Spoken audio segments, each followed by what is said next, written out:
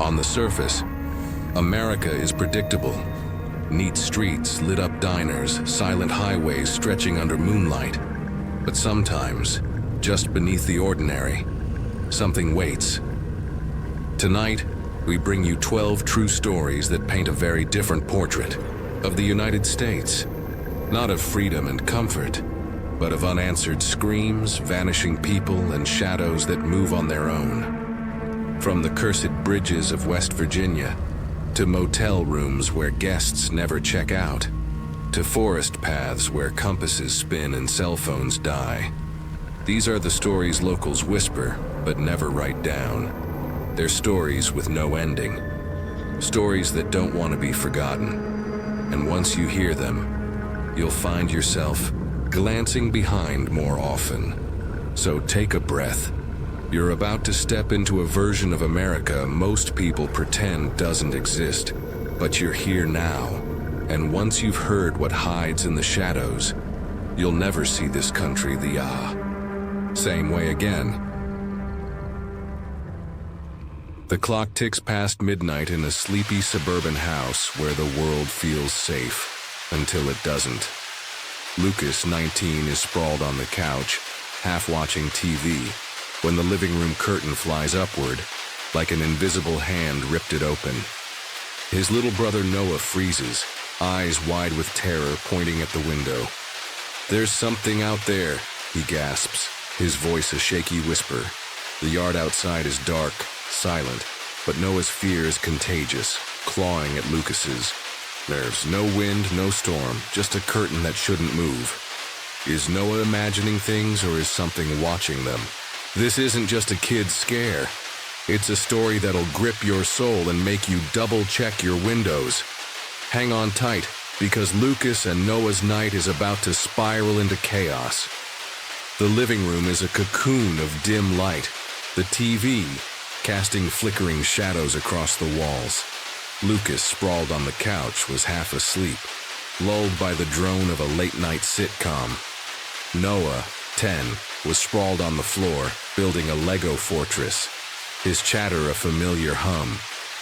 Their house, tucked in a quiet cul-de-sac, is the kind where neighbors wave and doors stay unlocked until tonight. The curtain's sudden lurch upward snaps Lucas awake, his heart jolting like a stalled engine. Noah's face drains of color, his Lego piece falling as he points to the window. "There's something out there." His voice cracks, eyes locked on the glass, where the yard lies shrouded in darkness. Lucas follows his gaze, expecting a raccoon, a stray cat, anything normal. But the air feels wrong, heavy, like the house is holding its breath.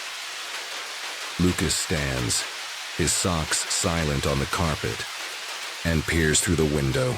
The yard is still. No breeze, no movement, just the faint glow of a street lamp. "It's nothing, buddy," he says, forcing a grin, but Noah's not buying it. The kid's trembling, his Lego fortress forgotten. Lucas pulls the curtain back, checking the latch. It's locked, solid, no sign of tampering. He steps outside, flashlight in hand, scanning the grass, the bushes, the fence. Nothing. The night is quiet. The only sound, the distant hum of crickets. But Noah's fear is infectious, burrowing under Lucas's skin. He re-enters, locking the door behind him, and tries to lighten the mood. "Probably just a gust," he says, ruffling Noah's hair. Noah shakes his head, insistent. "I saw..." "Move, Lucas, something was there." The room feels smaller now, the TV's laugh track jarring against the tension. Lucas sits beside Noah, his mind racing for explanations. The house is old, its quirks familiar, creaky pipes, drafty windows. But this was different. The curtain didn't flutter. It jumped, like something yanked it from outside. He glances at the window again, half expecting a face to press against. The glass. Noah's still staring, his knees pulled to his chest. "Can we check again?" he whispers. Lucas hesitates, then nods, grabbing the flashlight. They tiptoe to the window, pulling the curtain aside. The yard is empty, but the shadows seem deeper, the bushes thicker. Lucas's pulse quickens. Did he miss something? A footprint, a broken twig? He locks eyes with Noah, seeing his own unease mirrored in his brother's face. Whatever happened, it's not over. Not for them. The night drags on, but sleep is a distant dream. Noah's fear takes root, his usual chatter replaced by silence. He refuses to go to his room, curling up on the couch, a blanket pulled tight, like armor. I don't want to sleep alone, he mumbles, his eyes darting to the window. Lucas nods, pulling a chair beside him, the TV now off, its absence amplifying every creak. The house feels alive, each sound a potential threat. A floorboard groan, a faucet drip. Lucas tries to stay calm, but Noah's panic is a mirror, reflecting his own doubts. What if something was outside? He checks the window again, the curtain. Still, but the glass feels colder, like it's holding a secret. By morning, Noah's clingy, shadowing Lucas like a lost puppy. Lucas makes breakfast, hoping normalcy will help. But Noah barely eats, his gaze fixed on the living room. Can we tell Mom and Dad? He asks, voice small. Lucas agrees, and when Mark and Ellen get home from their overnight shift, they listen, bleary-eyed. Lucas explains the curtain, Noah's fear, the empty yard. It was probably nothing, Mark says, chuckling. Kids imagine things. Ellen nods, adding, maybe a squirrel got in the bushes. Noah shakes his head, insistent, but they brush it off, too tired to dig deeper. Lucas feels a pang of frustration. He saw it too. The curtain didn't move on its own, but arguing won't help, not when their parents are already halfway out the door to sleep. The day passes, but the house doesn't feel right. Noah sticks close, jumping at every noise. That night, Lucas hears it, a faint scratch, like nails, on glass coming from the kitchen. He grabs a baseball bat, heart pounding, and checks every room. Nothing. But the kitchen window's latch is loose, something he hadn't noticed before. He tightens it, his hands unsteady, and moves Noah's mattress to the living room. We're camping tonight, he says, forcing a smile. Noah nods, relieved, but his eyes are haunted. Lucas lies awake, bat beside him, listening to the house.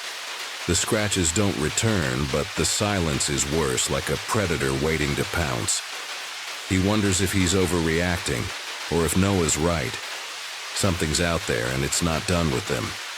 Days turn into weeks, but the curtain incident lingers like a bad dream. Noah's not the same.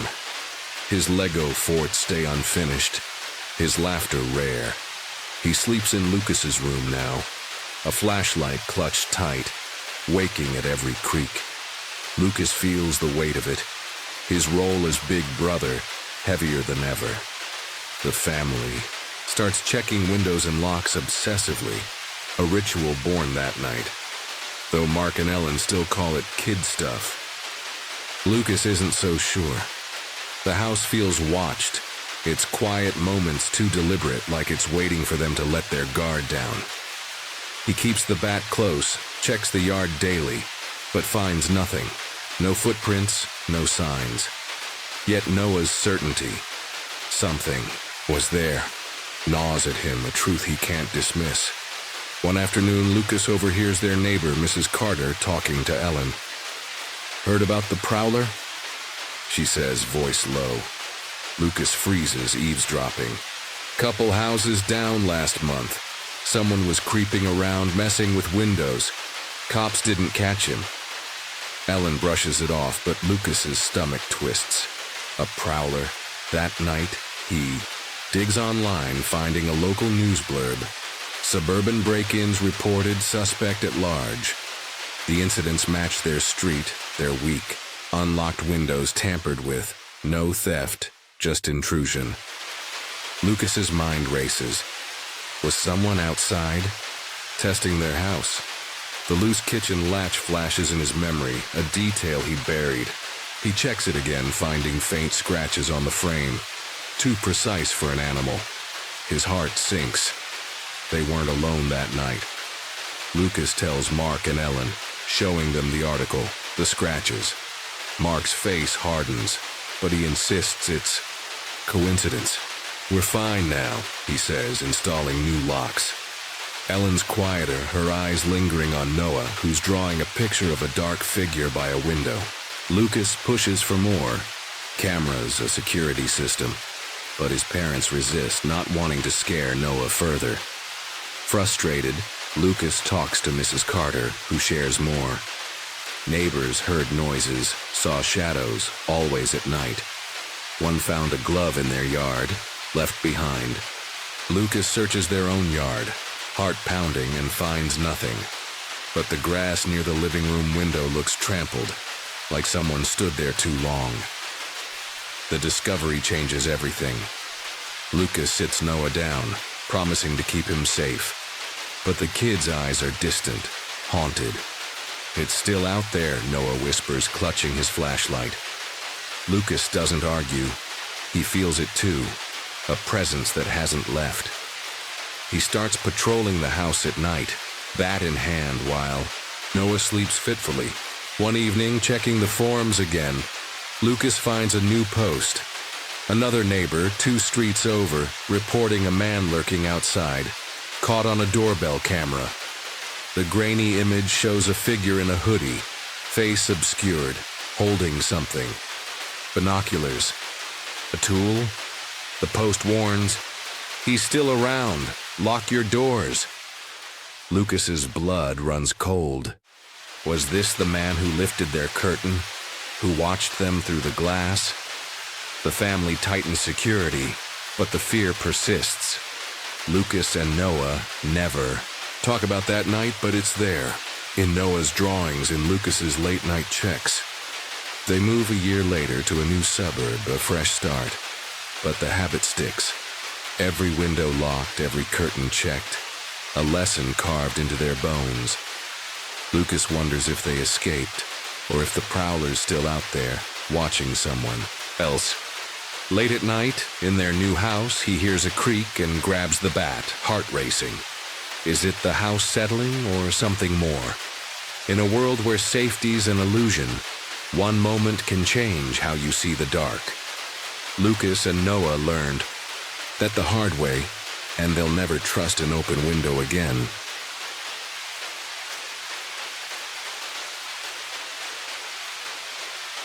I found it in the attic, tucked in a dusty box. A key, old and rusted, with a symbol etched into it. A symbol I'd seen before, scratched into my childhood window. My blood ran cold. It was no coincidence. The memories flooded back, each one a puzzle piece in a picture I was never meant to see. My name's Mia, and alone in my family's old house, I uncovered a truth that's haunted me since I was a kid. Something's been watching me, and it's not done yet. I grew up in a creaky Victorian house in rural Maine, the kind with too many rooms and secrets in every shadow. My parents were always busy, leaving me to wander its halls, imagining adventures. But the house had its own stories, ones it whispered in the dark. As a kid, I'd hear creaks that weren't the wind, see shapes in the corners of my eyes.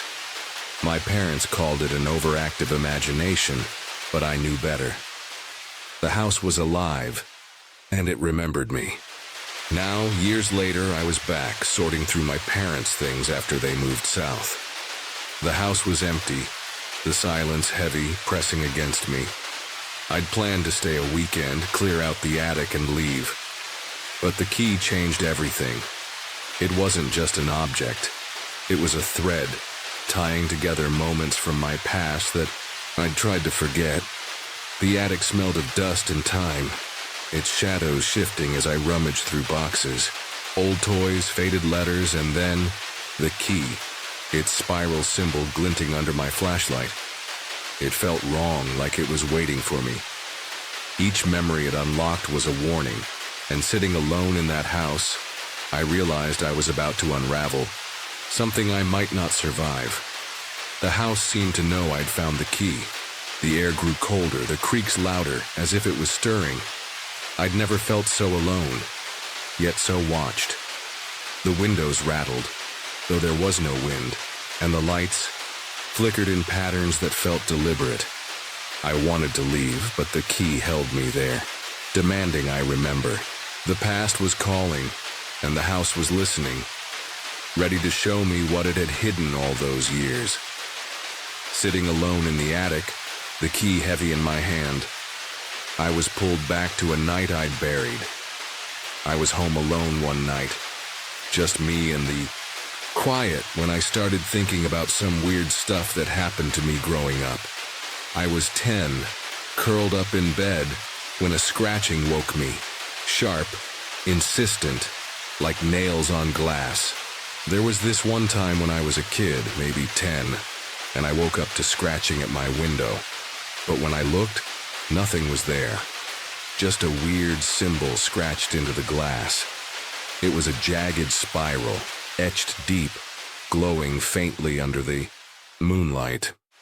I ran to my parents, but they dismissed it as a prank. The next day, the symbol was gone, the glass smooth, but I never forgot it. That night changed me. I'd lie awake, listening for the scratching, convinced something was outside, waiting. The house felt different, darker, like it was holding its breath. I started noticing things, creaks that followed me, lights flickering when I entered a room. My parents laughed it off, but I saw the worry in their eyes. They locked the windows tighter, checked the doors twice. The symbol wasn't just a mark, it was a message, and whatever left it wasn't human. It was marking me, and holding the key now, I knew that night was just the beginning. The attic seemed to close in, the shadows sharper, as if the house was urging me to keep going, to uncover what it had hidden. The key in my hand felt like a bridge to other memories, each one darker than the last. Another time I found a random key in my backpack, one I'd never seen before, and it fit a lock in our basement that my parents said was always broken. I was 12, rummaging through my bag for homework, when my fingers brushed cold metal. The key was old, etched with that same spiral symbol. Curious, I crept to the basement, where a rusty padlock hung on a storage room door. My parents swore. It was jammed, but the key turned smoothly, the door creaking open to reveal darkness. Inside, I found nothing, just dust and cobwebs, but the air was heavy, like something was watching. Then there was the shadow. Then there was the time I saw a shadow in the backyard, tall and thin, just standing there, not moving. I was 14, sneaking out to stargaze, when I saw it near the oak tree. A figure, impossibly tall, its edges blurred, staring right at me. I froze, heart pounding, but when I blinked, it was gone. No footprints, no trace. My parents didn't believe me, but after that I found more symbols, scratched into the fence, carved into the tree. The house was speaking, and I was starting to hear it. The memories weren't isolated, they were linked, each one a thread in a web I couldn't see. The basement door, when I checked it years later, was sealed shut. The lock rusted beyond use, as if it had never opened, but I knew it had. The shadow wasn't a trick of the light, it was real and it had left its mark. The house was alive with these moments, its walls holding secrets I was only now beginning to grasp. Each symbol, each event was a piece of something larger, something that had been waiting for me to return. Alone in the attic, the key burning in my palm, I felt the pieces snap together. Sitting there, alone, I started piecing it together. Those moments felt connected, like they were part of something bigger, something I couldn't quite grasp. The scratching, the key, the shadow, they weren't random. They were messages, a pattern I was only now seeing. I tore through the attic, finding old photos, my childhood drawings, all marked with that spiral symbol. In one photo taken in the backyard, a faint figure stood by the oak tree, tall, thin, just like the shadow I'd seen. I searched the house, heart racing, finding more clues. A journal in my dad's handwriting, mentioning strange noises, and a locked door in the basement. The house's history unraveled. Rumors of a previous owner, a recluse who vanished, leaving symbols carved into the walls. The journal hinted at rituals, something about binding the land. But pages were torn out, the truth incomplete. The key, the shadow, the symbols. They were tied to something older, something that had claimed this house long before us. It was watching me, waiting for me to understand. The house groaned, as if acknowledging my discovery, its shadows stretching toward me, urging me to dig deeper. The truth was too much. Even now I get this feeling like whatever it was, it's still out there, watching, waiting for me to figure it out. I left the house that night, the key locked in a drawer, but it followed me. In my new apartment, I find spirals scratched into, mirrors, hear whispers in the dark. The shadow's back standing at the edge of my vision, never moving. I've searched for answers, old records, stories of the house, but they only deepen the mystery. The recluse's disappearance, the symbols, the rituals, they point to something ancient, tied to the land, not just the house. Why me? Am I marked, or is it the key? I don't know, but I warn you, if you find a key that doesn't belong, don't use it. Some doors should stay locked because what's on the other side is already watching.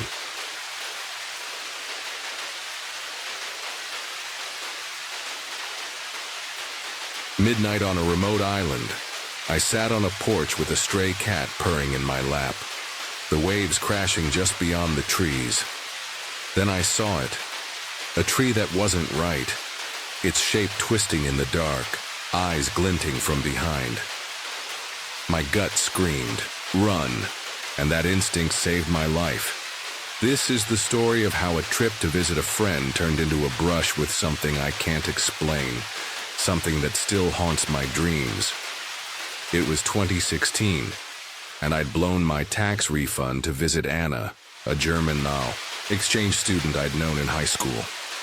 I was a foreign exchange student living with her and her friends in a secluded shack on an island off Denmark's northern coast. The island was a hidden gem, beaches, farms, and dense woods, where Anna was doing conservation work. The place was beautiful, but it had an eerie vibe I couldn't shake. I was 19, fresh from the Bronx, out of my element in this quiet, isolated world. The shack was rustic, surrounded by trees that seemed to lean in at night. That first night I couldn't sleep. Around midnight I was on the porch reflecting when I noticed something odd in the trees. The cat, usually calm, stiffened, staring at the same spot. I saw what looked like branches moving, but they weren't branches. They were arms wrapped around a tree, with dull yellow eyes peering out. My heart stopped. The eyes were lifeless, like an insect's, but alive, locked on me. I froze, every hair on my body standing up. My instinct screamed to get inside, and I obeyed, locking the door, my hands shaking. I didn't tell Anna or her friends, not yet. They were asleep and I didn't want to sound crazy. But I couldn't unsee those eyes, that shape. Was it an animal, a person, something else? I lay awake. The cat curled beside me, its gaze fixed on the window. The island, once a dream escape, now felt like a trap, and I knew this was just the beginning of something I wasn't prepared to face. The next morning, I woke with a knot in my stomach. The island's beauty, its golden beaches, its rolling fields, felt like a mask hiding something darker. I kept replaying those yellow eyes, the way they'd locked onto me, unblinking. I wanted to tell Anna, but she was busy with her conservation crew, laughing and carefree. Didn't want to ruin the trip, so I stayed quiet. my unease growing with every rustle in the trees. I stuck close to the shack, avoiding the woods where I'd seen it. The place was beautiful, but it had an eerie vibe I couldn't shake. The cat, my only witness, followed me everywhere, its eyes darting to the tree line. I tried to focus on the group's work, planting saplings, cleaning beaches, but my mind was elsewhere. Every shadow seemed to move. Every breeze carried a whisper. I couldn't place. Was I paranoid or was something watching? That afternoon, I confided in Niels, one of Anna's friends, a quiet Danish guy who knew the island well. "You saw something out there?" he asked, frowning. He didn't laugh, but his tone was cautious. "The woods are old. People see things. Sometimes hunters, drifters, but..." He hesitated, glancing at the trees. "Be careful at night." His words sent a chill through me. Hunters? Drifters? Or something worse? By dusk, the shack felt less safe. The group was inside playing cards, but I couldn't relax. I stepped onto the porch, scanning the woods. The trees were still, but the air was heavy, like a storm was brewing. Then I heard it, a faint rustle deep in the forest, not like wind, but deliberate, like steps. My gut twisted, the same instinct that had saved me before. I backed inside, locking the door, my heart pounding. The cat hissed, its fur bristling, staring at the window. I didn't sleep well, my dreams filled with those eyes, that shape. I saw what looked like branches moving, but they weren't branches. They were arms. The island was no longer a paradise. It was a maze, and I was caught in it. I had to know what I'd seen, but every instinct told me to stay away from those woods. Anna noticed my tension, asking if I was okay. I brushed it off, but I knew I couldn't ignore it much longer. Something was out there, and it wasn't done with me yet. I couldn't shake the feeling that the island was watching me. Every step outside the shack felt like a risk, the woods looming like a silent threat. I was a foreign exchange student, living with her and her friends in a secluded shack on an island off Denmark's northern coast. Anna and her crew were oblivious, their days filled with work and laughter, but I was on edge, my eyes scanning the trees for those yellow eyes. I needed answers, but fear kept me tethered to the group. I asked Niels more, catching him alone by the beach. "What do you mean, be careful?" I pressed. He sighed, kicking at the sand. "Locals talk about the woods," he said. "People go in, see things, shapes, eyes. Most come out, but some don't." He wouldn't say more, but his words fueled my unease. Was it a person I'd seen, or something the island had kept hidden for years? That night I stayed inside, but the shack felt too small, the walls too thin. The group was asleep, the cat curled by the door when I heard it again. A rustle, closer now, just beyond the porch. My heart raced, my instincts screaming to stay put. I peeked through the window, holding my breath. Around midnight, I noticed something odd in the trees.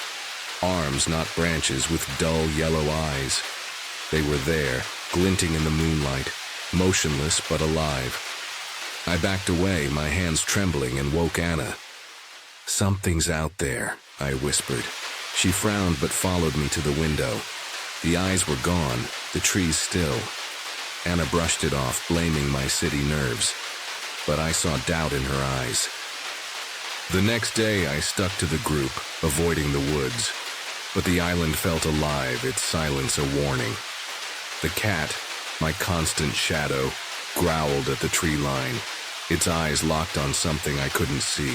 I wanted to leave, but my flight was days away, and I couldn't explain my fear without sounding unhinged. The place was beautiful, but it had an eerie vibe I couldn't shake. I was trapped, caught between curiosity and dread, and I knew the woods were waiting for me to make a mistake. The island was closing in. Every night the rustles grew closer, the air thicker. like the woods were breathing down my neck. I saw what looked like branches moving, but they weren't branches. They were arms with dull yellow eyes.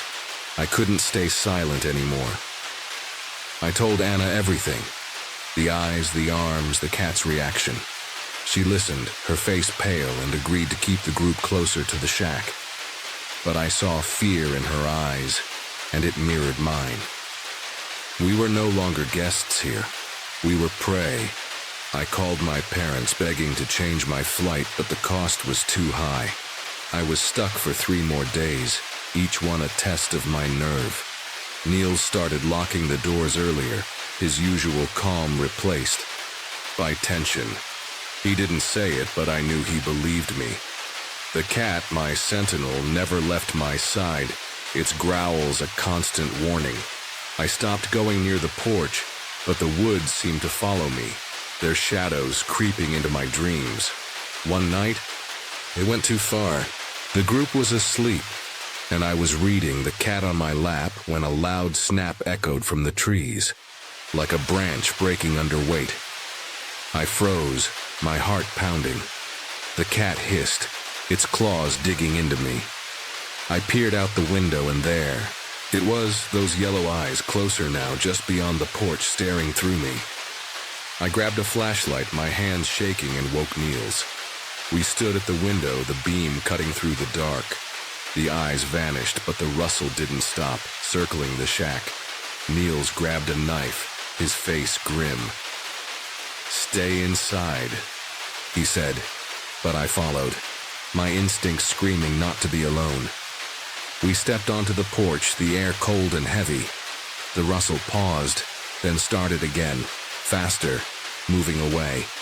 My gut told me to let it go, to lock the door and wait for dawn. We did, but sleep never came. The place was beautiful, but it had an eerie vibe I couldn't shake. The island wasn't just a place. It was a hunter, and I was its mark. I had to survive until I could leave, but I knew those eyes were still out there, waiting for me to slip. I survived those final days, but the island left its mark. I was a foreign exchange student living in a secluded shack on an island off Denmark's northern coast. Every rustle, every shadow carried those yellow eyes, and my instinct became my lifeline. When my flight day came, I packed in silence, the cat watching me, its eyes sad like it knew I was abandoning it to the woods. As we drove to the ferry, I looked back, the trees still, but I felt it. Watching, waiting. Back in the States, I tried to move on, but the island haunted me. A month later, I got a message from Niels. He told me about a man found passed out in the woods wearing a ghillie suit with a machete and chicken wire. The police called him a drunk citizen, but never mentioned the weapons, and Niels suspected they were hiding something. I froze, my mind racing. Was that what I'd seen? A man disguised stalking us? Or was it something else? Something the island protected? I never returned, and Anna's friends left soon after. The island is a blur now, but those eyes aren't. I dream of them glinting in the dark and wake up checking my windows. The place was beautiful, but it had an eerie vibe I couldn't shake. My instincts saved me, but I wonder about the volunteers there now, unaware of what lurks in the trees. Was it a man or something older, tied to the island's secrets? Now at 28, I trust my gut above all. I saw what looked like branches moving, but they weren't branches. They were arms, with dull yellow eyes. That trip taught me that beauty hides danger, and instincts are survival. If you feel eyes in the dark, don't ignore them. They're real. Share your own creepy stories in the comments. I need to know I'm not alone. And if you want more tales that'll keep you up, hit that subscribe button. You'll never look at the woods the same again.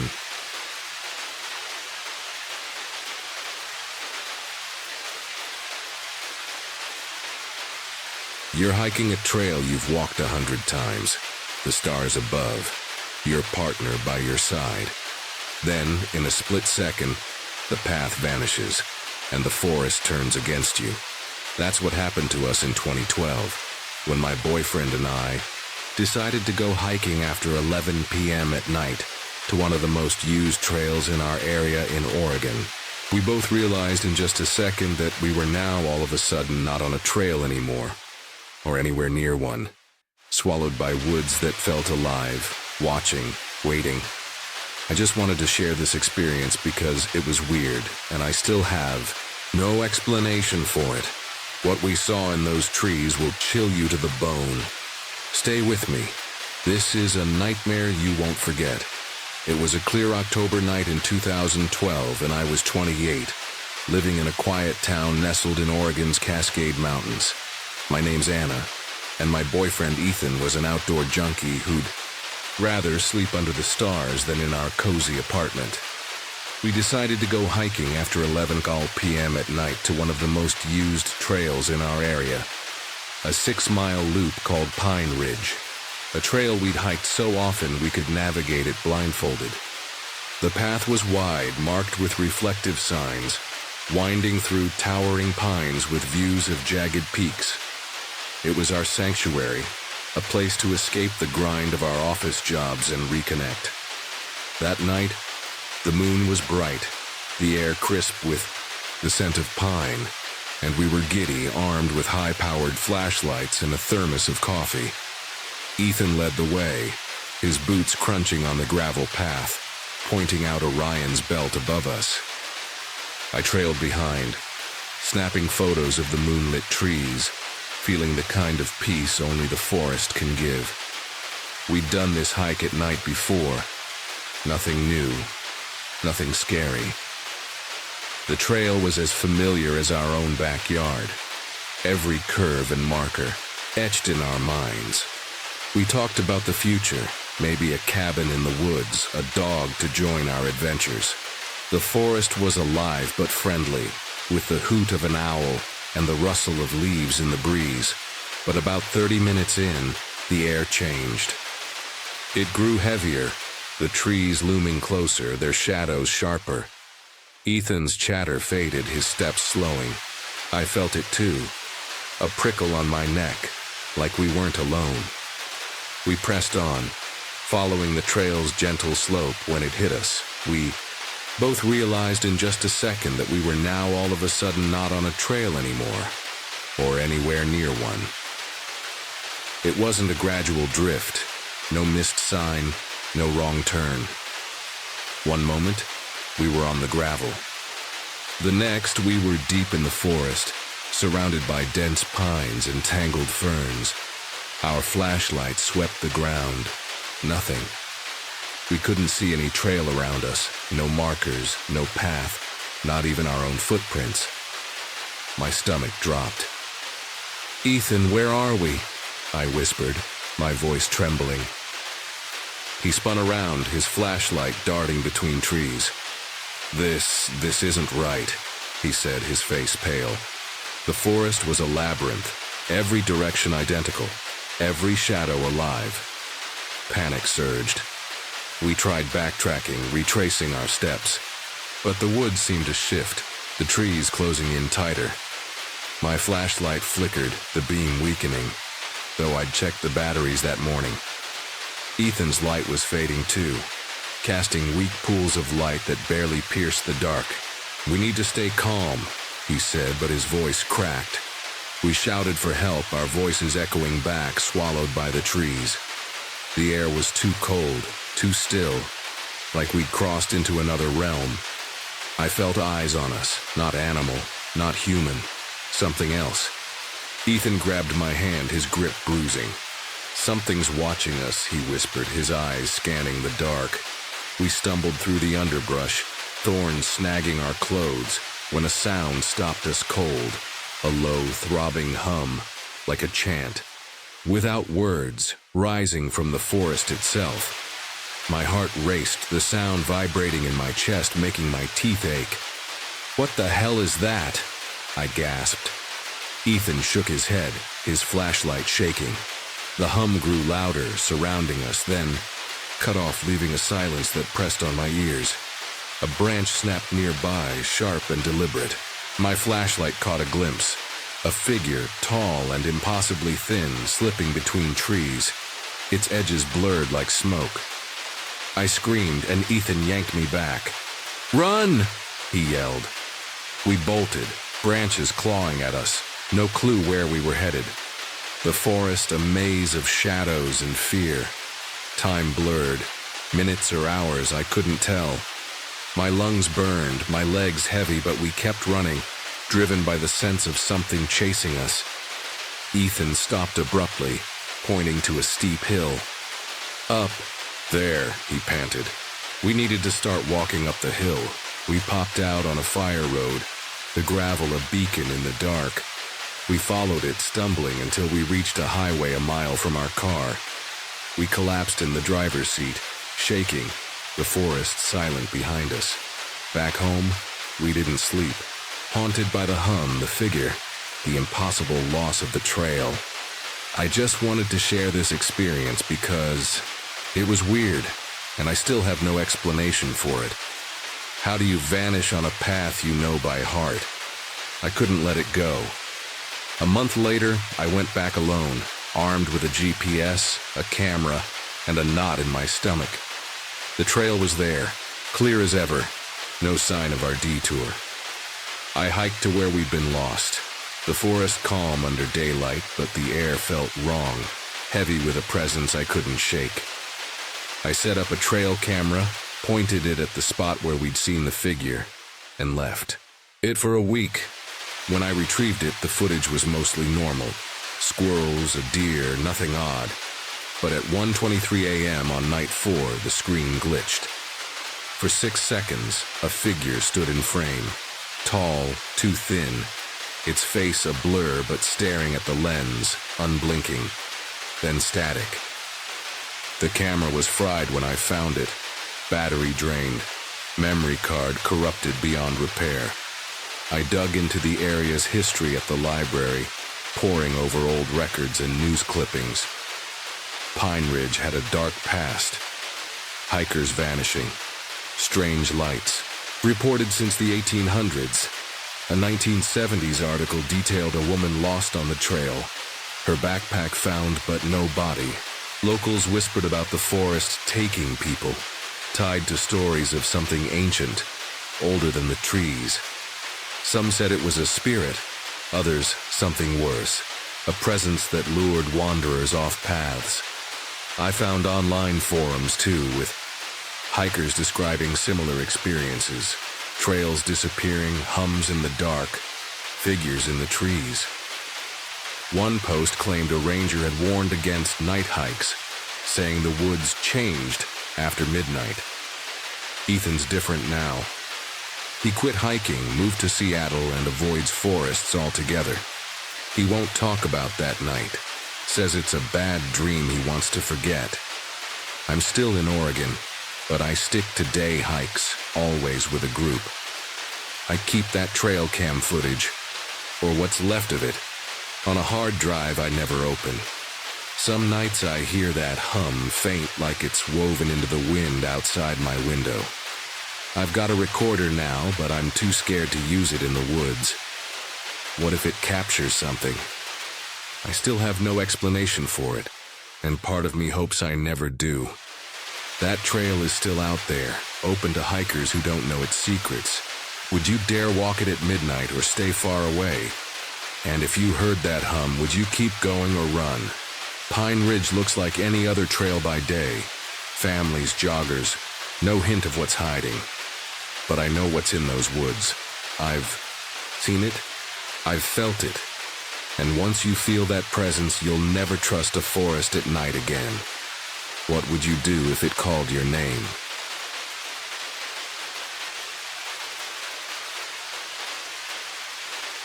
My phone buzzed with a message from a stranger, someone I'd never met. Yet he knew my name, my routines, even my fears. I'd matched with him on a dating app, thinking he was just another guy. But when I backed away, he turned vicious. stalking me across platforms, knowing details I'd never shared. This was 2017, in a bustling Colorado city, and his pursuit didn't stop at texts. It ended with him chasing me through a parking lot. Stay with this true story. It'll make you rethink who's behind the screen. It was the spring of 2017 in Denver, Colorado, a city buzzing with young professionals and vibrant nightlife. I was 21, newly confident after losing weight, ready to dip my toes into the dating scene. Apps like Bumble were all the rage, promising connections with a swipe. I matched with a guy named Ryan, 23, charming with a boyish grin in his photos. We texted for weeks, his messages witty and warm, sparking late-night chats about music and dreams. It felt safe, exciting, like the start of something real. But then he pushed to meet in person, suggesting coffee, then dinner, then a late night. I got a bad vibe, a knot in my gut, and declined, citing a busy schedule. Ryan's tone shifted. He got angry, accusing me of leading him on, then blocked me on every platform. I shrugged it off, moving on with my life. Dating apps were full of hotheads, right? I started seeing someone new, a kind guy named Alex, and forgot about Ryan. 6 months later, out of nowhere, Ryan messaged me on Facebook. His words were chilling. "Saw you with your new guy. Does he know about your late-night runs?" My blood froze. I'd never told him about my jogging routine, never shared my dating status. How did he know? His messages turned hostile, laced with insults and veiled threats like, "You can't hide from me." I blocked him, my hands shaking, but the unease lingered. How had he found me? And what else did he know? The next week, fake accounts started popping up, sending messages that echoed Ryan's tone. "You looked nice in that blue dress yesterday," one read. I hadn't posted about my outfits anywhere. My social media was locked tight, my phone number private. I checked my settings, changed passwords, but the messages kept coming. Each one more specific, my favorite coffee shop, my work hours. I stopped posting online, paranoia creeping in. Every stranger on the street felt like a threat, every notification a potential trap. I confided in Alex, who urged me to go to the police, but I hesitated. What could they do with no proof? Just texts from burner accounts. The harassment escalated over months, each message a reminder that Ryan was watching. I'd wake to texts detailing my day, where I parked, what I ate. My friends noticed me unraveling, jumping at every ping of my phone. I reported the accounts, but they'd vanish, only to be replaced by new ones.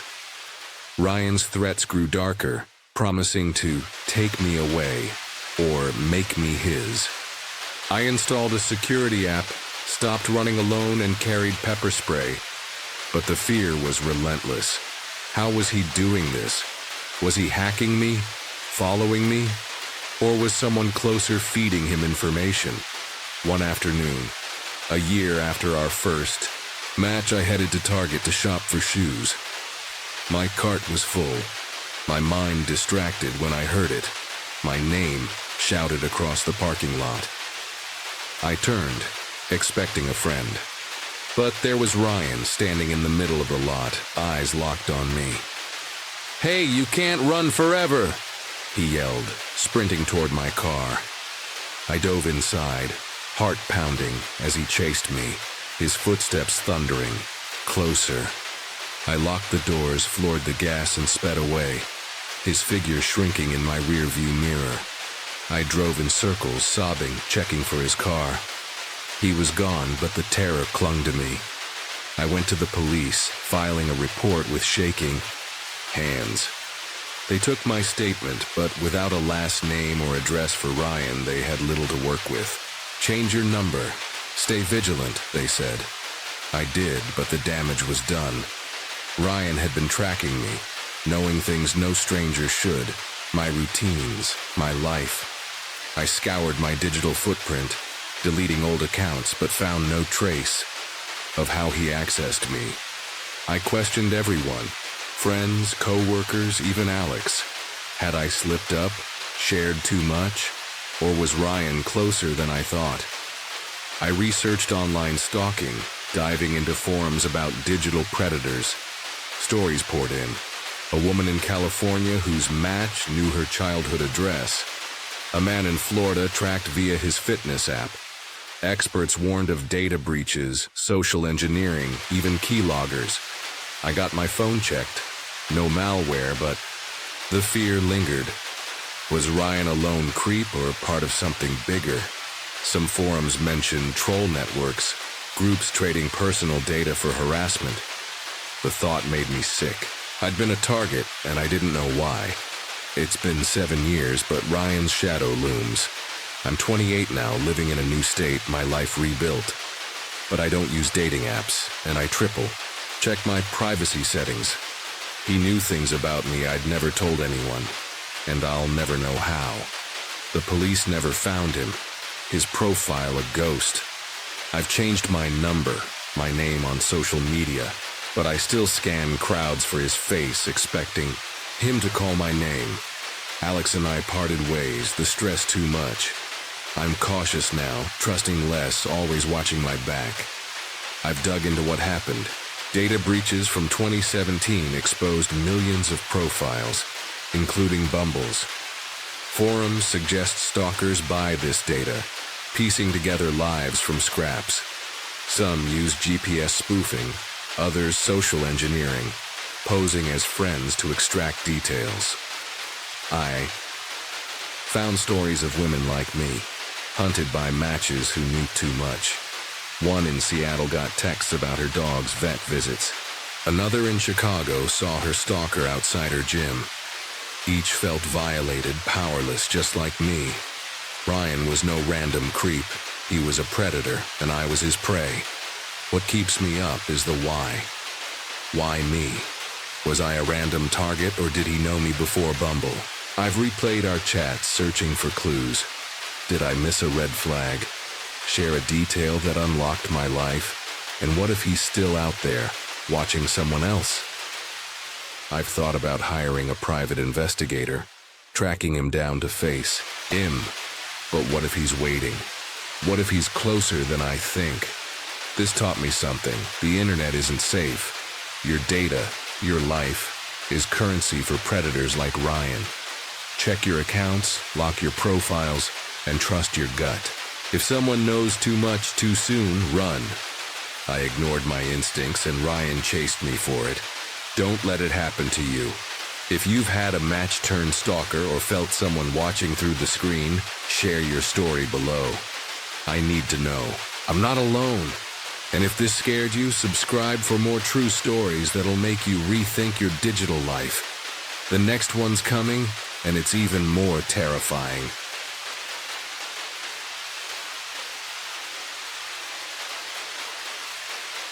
Ava, 11, weaves through a foggy cemetery with her friends, giggling as they head to the park. Then, a low rumble cuts through the dusk. A blue pickup truck rolls to a stop, its engine idling like a predator's growl. Two men inside stare, their eyes cold, unblinking, pinning the girls like prey. Ava's stomach drops, a primal warning screaming, "Run!" The air thickens, the gravestones looming like silent witnesses. Are these men just passing through, or is something darker at play? One thing's certain, Ava's about to face a terror no kid should know. This isn't just a close call. It's a heart-pounding chase that'll leave you breathless and checking your surroundings. Stick with me because Ava's story will sear itself into your mind. The cemetery stretches out like a forgotten city, its weathered tombstones cloaked in fog. Ava, Sophie, and Mia, all 11, weave through the paths, their laughter echoing off the granite. It's their shortcut to the park, a routine they've done 100 times, but tonight the air feels heavy. The dusk casting long shadows that twist like fingers. Ava's leading, her sneakers crunching gravel. When the blue pickup truck pulls up, its tires grinding to a halt on the road beside them. The two men inside stare, their faces half hidden by the truck's tinted windows, but their eyes, sharp, predatory, lock onto the girls. Ava's breath catches, her heart thudding like a drum. Something's wrong. She glances at Sophie, whose smile fades, and Mia, who's frozen, clutching her backpack. Ava's no stranger to instincts. She's the kid who senses trouble before. It hits like when she pulled Sophie from a riptide last summer. Now that same gut punch feeling screams, "Danger. We need to run," she whispers, her voice barely audible. Sophie nods, eyes wide, but Mia hesitates, whispering, "Maybe they're just lost." Ava shakes her head, her pulse racing. The truck's engine idles, a low growl that sets her nerves on edge. She grabs Mia's arm, pulling her toward the fence at the cemetery's edge. "Now!" she hisses, and they bolt, their footsteps pounding against the dirt. They crash through a gap in the fence, tearing into a field of tall grass and thorns, branches snagging their clothes, slicing their skin. Ava's legs burn, her breath ragged, but she doesn't stop. Not even when Sophie stumbles, her jacket caught on a bramble. The field is a maze of sharp weeds and hidden roots, each step a gamble. Ava's arms sting from scratches, her jeans ripped at the knees, but fear drives her forward. She glances back, expecting the truck to be gone, but it's still there, parked at the cemetery's edge. The men are out now, silhouettes against the fading light, moving toward the fence. Ava's stomach lurches. "Are they following?" she urges. The girl's on, her voice hoarse. "Keep going!" They weave through the field, the grass slicing like tiny knives, until they reach a hill sloping toward Sophie's neighborhood. Ava's lungs scream, but she pushes harder, her only thought, to get them safe. The meaning of those men's stares burns in her mind. Cold, deliberate, like hunters sizing up their catch. Ava's legs tremble as they crest the hill, the neighborhood's lights a faint promise of safety below. She grabs Sophie's hand, pulling her up while Mia stumbles behind, gasping. They turn, hearts pounding, and see the men, out of the truck now, holding rifles, their faces twisted with anger. The sight hits like a punch, Ava's fear spiking into panic. These aren't just creeps, they're armed and they're coming. "Go!" Ava screams, and the girls plunge down the hill, thorns tearing at their skin, the ground uneven underfoot. Blood seeps from scratches on their arms and legs, but adrenaline drowns the pain. Ava's mind races. Why are these men chasing them? What do they want? The cemetery, so familiar, now feels like a trap, its silence mocking their terror. They reach Sophie's house, bursting through the back door, Ava slamming it shut and locking it with shaking hands. Sophie's mom, Karen, looks up from the kitchen, startled. "What's wrong?" she asks, but Ava's too breathless to explain fully. "Men in a truck chasing us," she pants, pointing toward the window. Karen frowns, peering outside, but the street's empty, the truck gone. Sophie and Mia collapse on the floor, sobbing, their clothes torn, skin bloodied. Ava tries to steady her voice, recounting the truck, the stairs, the rifles. Karen's skeptical, saying, "You're probably overreacting. It was just some hunters." Her dismissal stings, but Ava's too shaken to argue. Sophie nods, scared of her mom's reaction, and Ava feels alone, her fear invalidated. Karen drives Ava and Mia home, the car ride silent except for Mia's quiet sniffles. At Ava's house, she tells her parents, hoping for action, but her mom, Lisa, sighs. "Kids exaggerate. You're fine now." Her dad, Greg, adds, "Don't make a big deal out of it." Ava's frustration boils. She saw the guns, felt the danger, but no one believes her. That night she lies awake, replaying the chase, the men's faces burned into her mind. Sophie calls, whispering, "I'm scared they'll come back." Ava nods into the phone, her throat tight. She checks her window, the lock secure, but the darkness outside feels alive, like it's waiting. The adult's dismissal doesn't erase the truth. She and her friends were hunted, and no one cares. The chase through the cemetery leaves scars deeper than the scratches on Ava's skin. She's haunted by it, replaying the men's stares, the glint of their rifles every day. Sleep is a battle. Her room no longer a safe haven. She keeps a flashlight by her bed, checks the windows obsessively, her heart racing at every car that passes. Sophie and Mia drift apart, the memory too raw to share, and Ava feels alone, carrying a fear no one acknowledges. Her parents' dismissal, "You're overreacting," echoes, making her doubt herself. But the terror in Noah's eyes that night was real.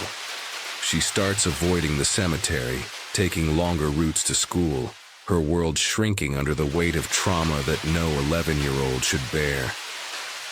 Weeks later, Ava overhears her neighbor, Mr. Ellis, talking to Greg. "Heard about the trouble near the cemetery," he says, voice low. Ava's pulse spikes. She eavesdrops, learning about reports of a blue pickup truck spotted around town, linked to harassment cases. The men weren't caught, but a witness saw them near the cemetery, armed, the same week Ava ran. Her stomach churns. It wasn't her imagination. They were targeted. She tells Greg, showing him a news article she found online.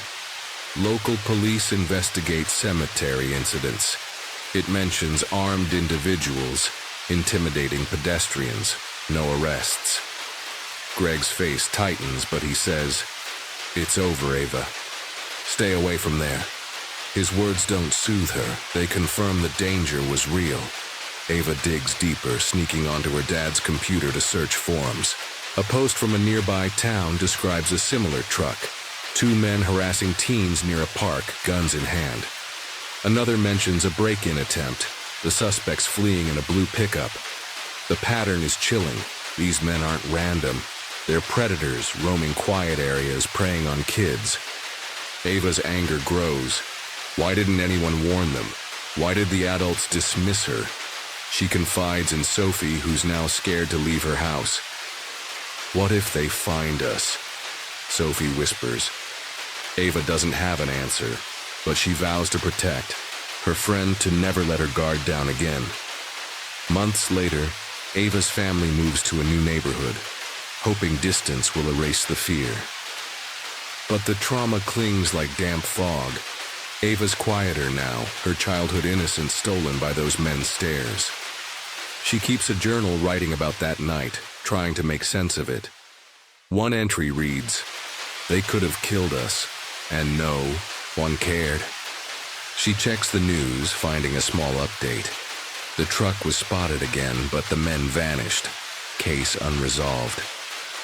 Ava's heart sinks. They're still out there, hunting. She wonders if they remember her, if they're watching from some dark corner of the world. Years pass and Ava's a teenager, but the cemetery chase defines her. She's cautious, always scanning her surroundings, trusting her instincts above all. One day, sorting through old school papers, she finds a drawing Mia made. A blue truck, 2 figures with rifles, scribbled in angry red crayon. The image hits like a wave, bringing back the terror, the betrayal of being ignored.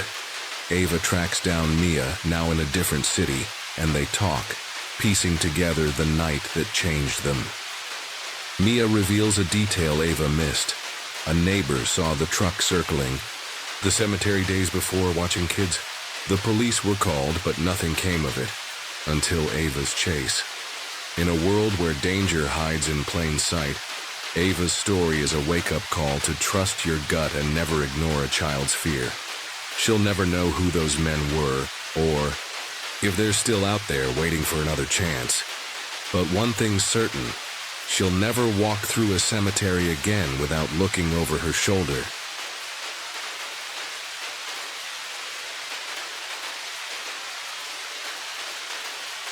I stared into my father's eyes through the cracked slats of a hunting stand, his gaze cold and wrong, like he wasn't my dad at all. My whisper, "You get anything?" hung in the air, unanswered, as his head turned, slow and unnatural, like something wearing his skin. Then he was gone, and the truth hit me. That wasn't him. My name's Caleb, and in the wilds of Tennessee, I met something that shouldn't exist. It's still out there, and I'm not sure I escaped it. Every year, my dad and I hunted in the dense forests of southern Tennessee, a tradition that bonded us through long silences and shared trails. I was 16 that summer, eager for our hog hunt, the thrill of tracking under the stars. The forest was alive, crickets chirping, leaves rustling, but it had a weight, like it was watching us. We'd set up in separate stands, old wooden shacks hidden in the brush, waiting for the hogs to roam. The air was thick with pine and mystery, the kind of place where stories of strange things felt real. That year, the woods felt different. The birds were quieter, the shadows deeper. My dad warned me to stay sharp, his voice tighter than usual. I brushed it off, chalking it up to the hunt's intensity. But as night fell, the forest seemed to close in, its silence more oppressive than any sound. The trees loomed taller, their branches twisting into shapes that didn't make sense. I'd hunted here before, but this time, the woods felt alive, their pulse matching my own. My dad's stand was a mile off, a familiar spot we'd used for years, but the path to it seemed longer, the landmarks wrong. I didn't know then that I was about to stumble into something that would unravel everything I thought I knew about the world, and my father. The hunt was our ritual, a way to connect without words. My dad taught me to track, to listen, to respect the wild. But that summer, the wild didn't respect us. The air was heavy, the scent of earth and decay sharper. I settled into my stand, rifle ready, but my eyes kept darting to the shadows, expecting something other than hogs. The forest was holding its breath, and I was about to find out why. The hunt began like any other. My father and I were hog hunting in southern Tennessee. We'd taken trips to hunt for various game every year. My dad set me up in my stand, a rickety wooden shack nestled in a clearing, gave me directions to his and left me to wait. The forest was alive with dusk's hum, but an unease settled in my gut, like the trees were whispering secrets. I gripped my rifle, scanning the shadows, expecting hogs, but feeling something else watching.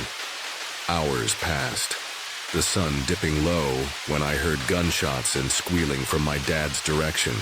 Thinking he'd bagged a hog, I decided to check, navigating the tangled underbrush. The path felt wrong, the trees too close, their branches clawing at me. I found a stand, old, weathered, not quite right, its wood splintered, moss creeping up its sides. I approached it and saw my dad through a gap in one of the walls that I assumed was a shooting window.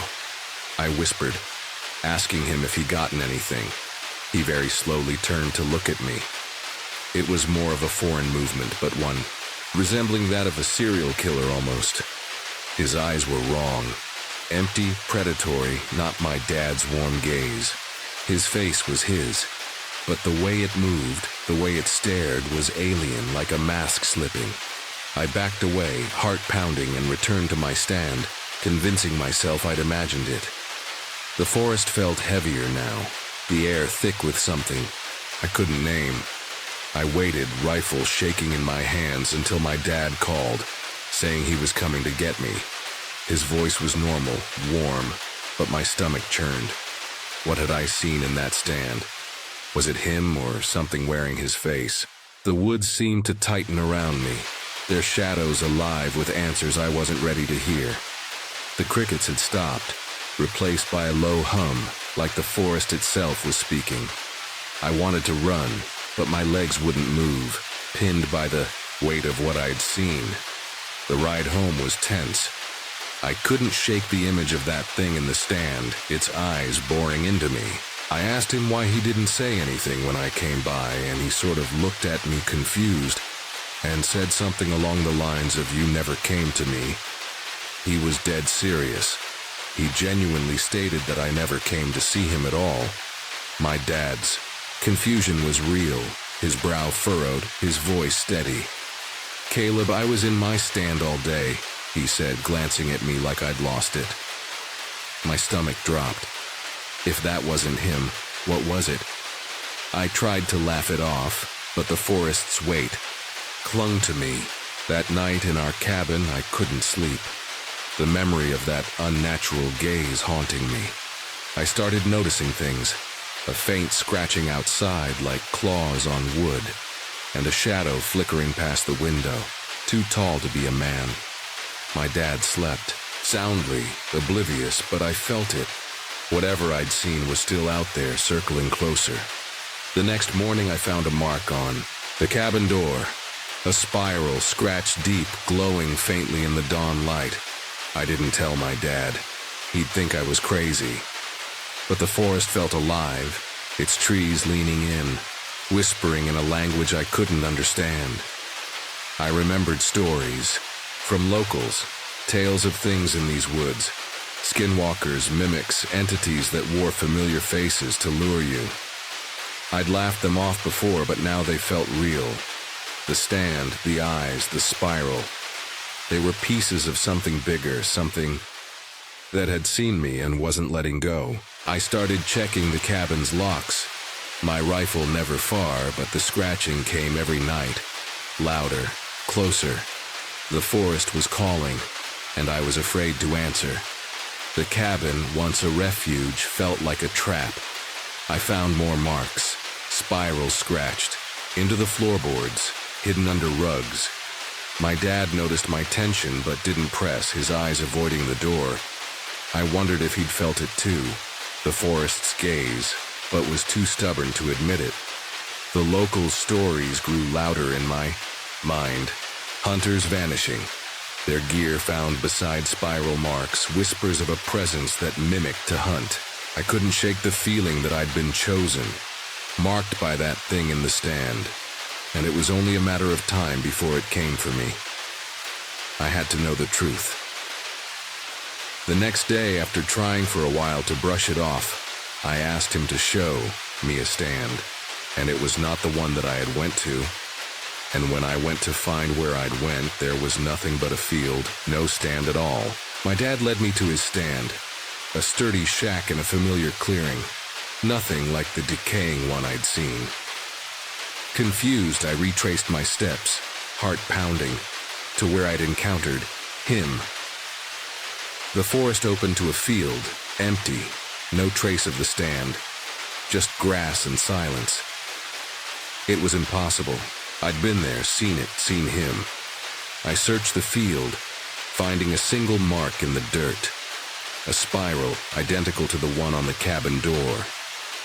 The forest seemed to watch, its silence mocking me. I dug into local stories, finding whispers of a forgotten settlement in these woods, a place where people vanished, leaving only symbols behind. The spiral, they said, was a warning, tied to something that mimicked the living to trap them. The stand wasn't real. It was a lure, and I'd walked right into it. The forest felt alive now, its shadows shifting, its air heavy with intent. I found more spirals, carved into trees, scratched into rocks, each one a breadcrumb leading deeper into the mystery. The locals spoke of rituals, of offerings to keep the presence at bay, but no one knew its name. I started mapping the spirals, tracing their pattern, and found they formed a circle, with our cabin at the center. Whatever I'd seen wasn't my dad, and it wasn't gone. It was still here, waiting for me to return, its gaze burning through, the trees calling me back to the field where the stand should have been. I've never stopped questioning what I saw. I've tried to rationalize it time and time again, but I still have no idea what really happened. I've always jokingly said that it was a skinwalker, but to be honest, I kind of wonder what it really was. The spirals followed me home, etched into my dreams, scratched into my car's paint. I see that shadow sometimes, tall and thin at the edge of fields, watching. I've dug deeper, finding old journals in the library, tales of a presence in Tennessee's woods, something that mimics. To hunt. One entry mentioned a hunter vanished, his rifle found beside a spiral mark. I don't hunt anymore. The forest changed me, left me looking over my shoulder, questioning every face. I've moved away, but the spirals appear on my doorstep, in my nightmares. My dad doesn't talk about that trip, but I see it in his eyes. He knows something. Was it a skinwalker, a mimic, or something older tied to the land? Why me? Did it choose me, or was I just in its path? I don't know, but I warn you. If you're in those woods and see someone you know, look twice. They might not be who you think, and the forest never forgets.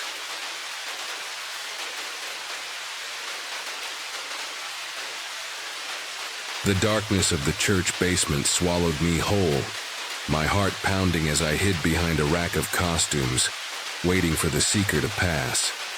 I was 14, playing hide and seek with my youth group, laughing until the air turned cold and a rack of clothes crashed to the floor beside me. Then I heard it, both doors to the room, one locked, one open, rattling like someone was trying to get in. I screamed, but the real terror came when I realized no one was holding those doors. Something else was. This is the story of a night that turned a game into a nightmare, one I'll never forget. It was 2012, a Sunday evening at my church's West Campus in Tennessee, a sprawling old building with a basement full of dark, cluttered rooms. We were playing hide and seek after youth group, a fun way to wait for our parents. I was with a dozen other kids, all of us scattering into the maze-like basement, giggling as we found our spots. The costume room was my go-to, packed with racks of clothes and props perfect for hiding. It had 2 doors, one always locked, the other open, just 6 to 8 feet apart. I loved the thrill of the game, the rush of staying hidden. That night we had extra time, 30 minutes to play, a rare treat. I ran to the costume room, finding a spot behind some props, listening to the seeker's footsteps in the hall. The room was pitch black, the only sounds my shallow breaths and the distant creaks of the old building. I crouched low, grinning, thinking I'd outsmarted everyone. But then the air shifted, growing heavy, like the room was holding its breath. I heard a shuffle across the room, faint but deliberate, not like a kid hiding. My smile faded. Was someone else here? I whispered. Hey, who's in there? No answer. My heart quickened. I thought maybe another kid was hiding, but the shuffling stopped, replaced by a clatter as costumes fell from a rack. I froze, my mind racing. Maybe it was a prank, someone trying to scare me. I whispered again. This isn't funny. Who's there? Silence.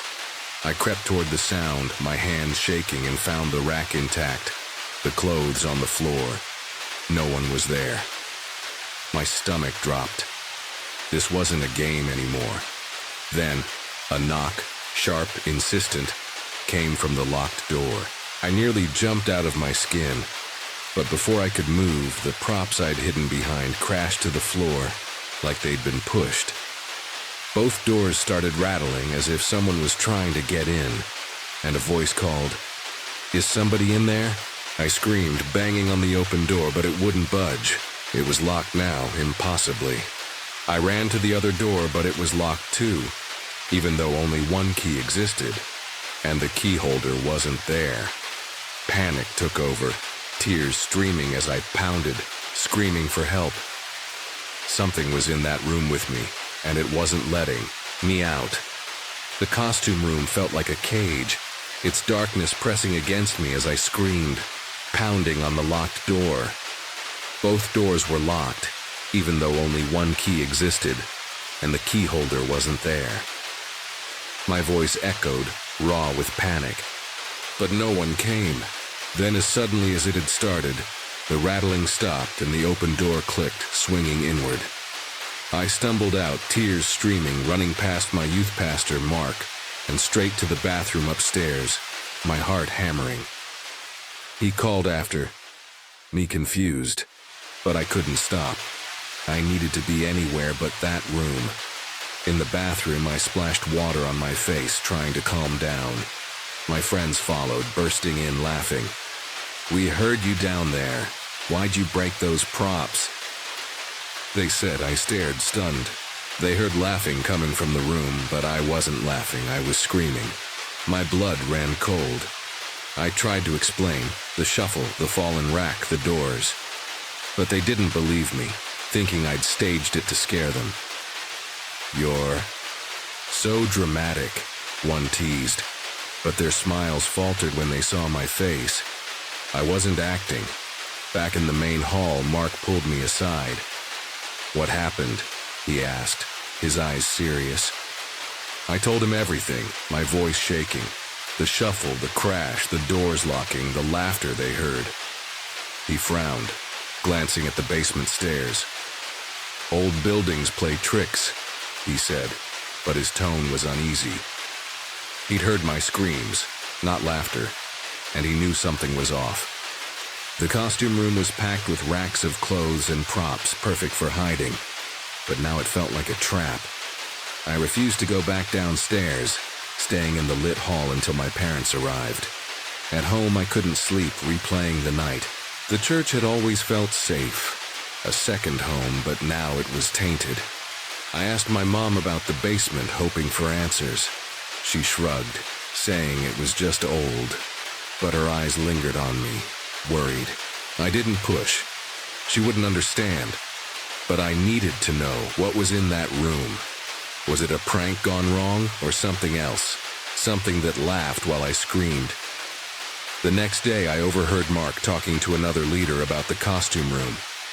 "Kids don't lock doors like that," he muttered. And that laughter, it wasn't her. My stomach twisted. If it wasn't me, who was it? I wanted to go back, to prove it was nothing, but fear stopped me. Something wasn't right, and I couldn't shake the feeling that the room was waiting for me. The church, once a place of comfort, now felt like a puzzle with a missing piece, and I was terrified to find it. But I couldn't let it go. I had to know what had trapped me in that darkness. I couldn't go back to youth group without feeling the costume room's shadow over me. Every Sunday, I'd sit in the main hall, avoiding the basement stairs, my stomach churning at the thought of those doors locking again.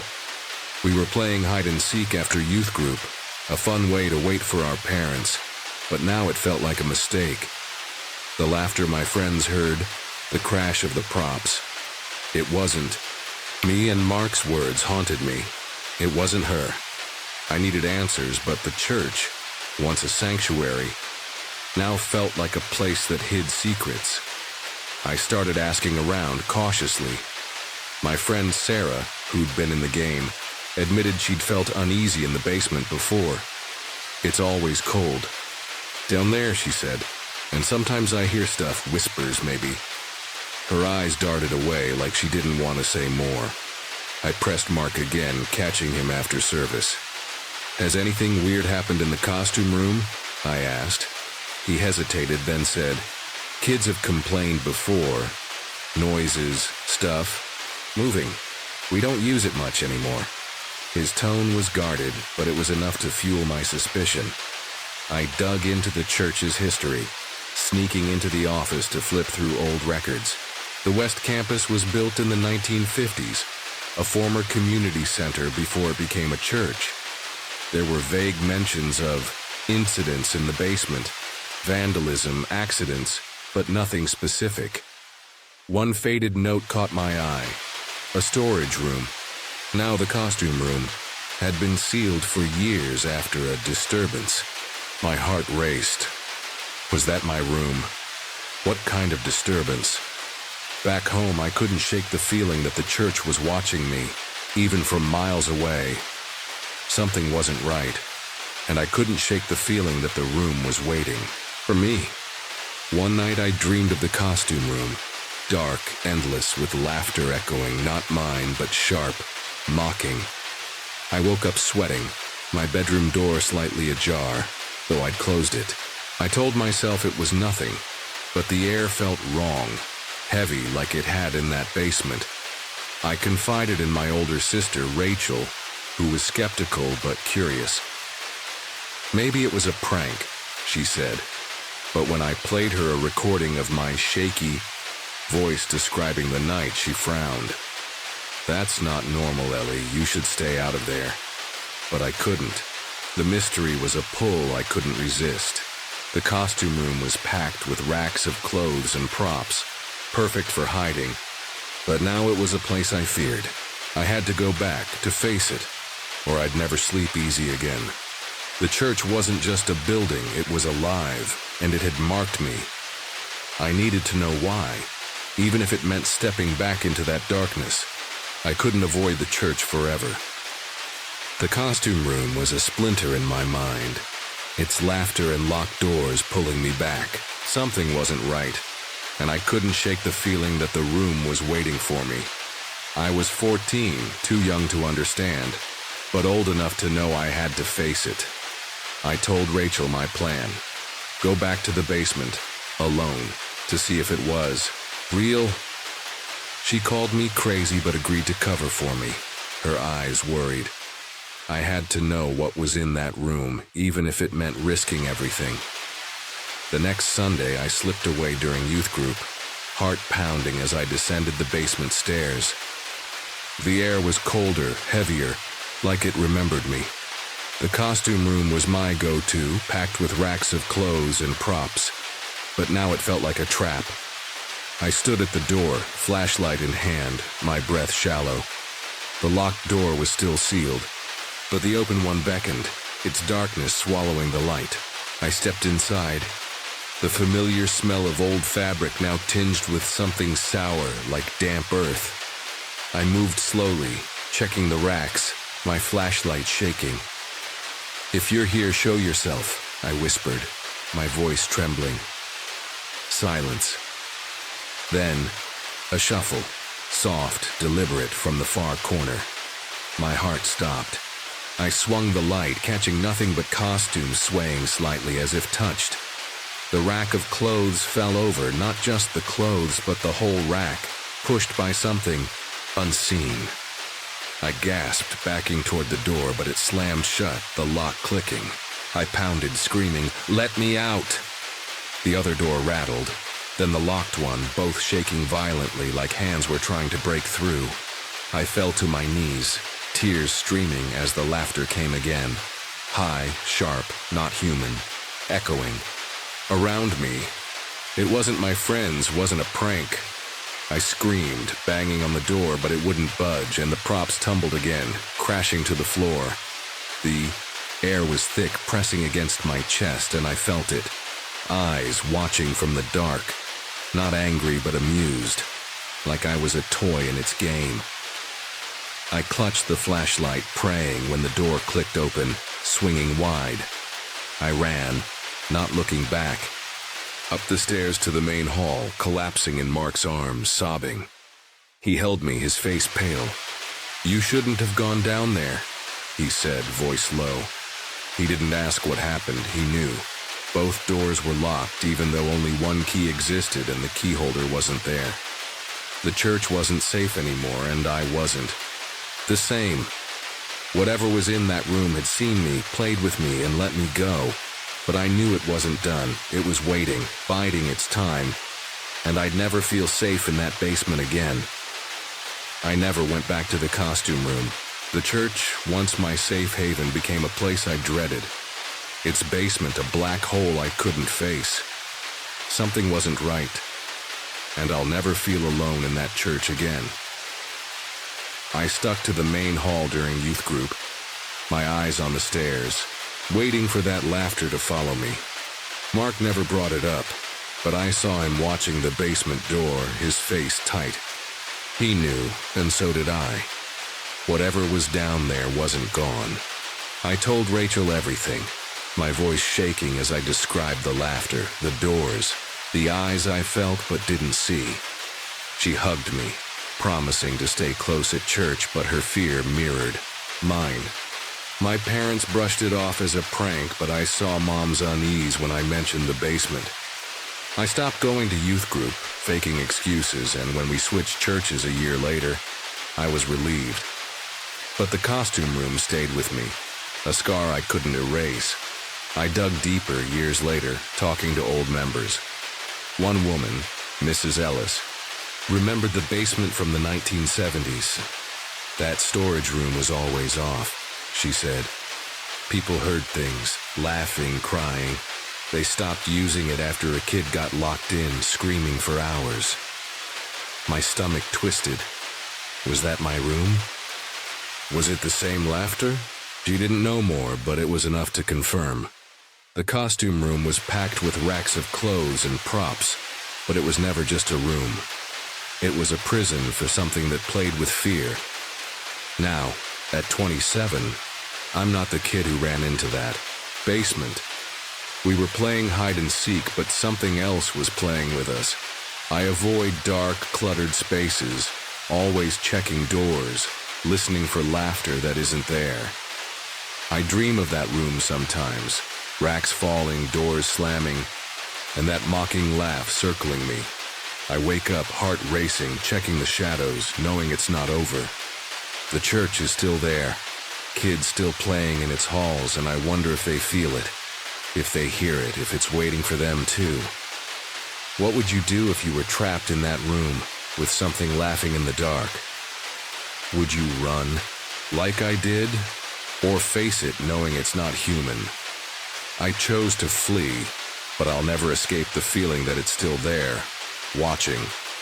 If you felt something in a place that shouldn't be, share it in the comments.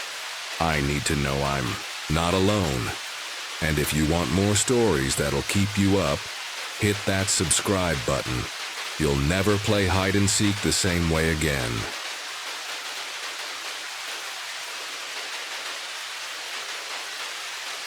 Your body betrays you, convulsing in the dark, as a woman's laugh echoes in your ear. Then the light flips on, and it stops. In 2017, I was staying at my grandma's house when I heard a tap, followed by a scratching noise next to me, and then very faintly next to my ear, a woman's giggle. Moments later, my body began to tense up, and I started having some kind of muscle spasm, only stopping when the lights came on. I don't know what is going on in that house, but what I uncovered about its past will make you question every shadow. The fear and the panic just overtook me that night, and I'm still haunted. Want to know what was in that room with me? This will keep you up at night.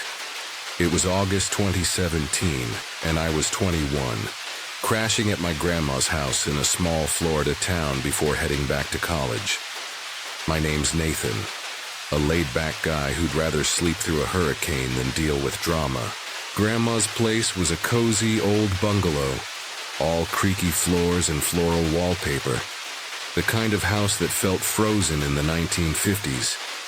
The bed that I slept in was old and gifted to my grandma, a heavy oak frame with carvings that gave me the creeps. I was there to help Grandma with chores, but from the moment I arrived, the house felt off. The air was thick, the shadows too deep, like something was lingering just out of sight. I'd always been a heavy sleeper, once slept through a fire, alarm in my dorm, but that first night I couldn't shake a nagging unease. The house was too quiet, the silence pressing on my chest. Grandma, a sweet woman with a no-nonsense streak, laughed off my complaints. "Old houses have personality," she said, but I noticed she kept every light on after dusk.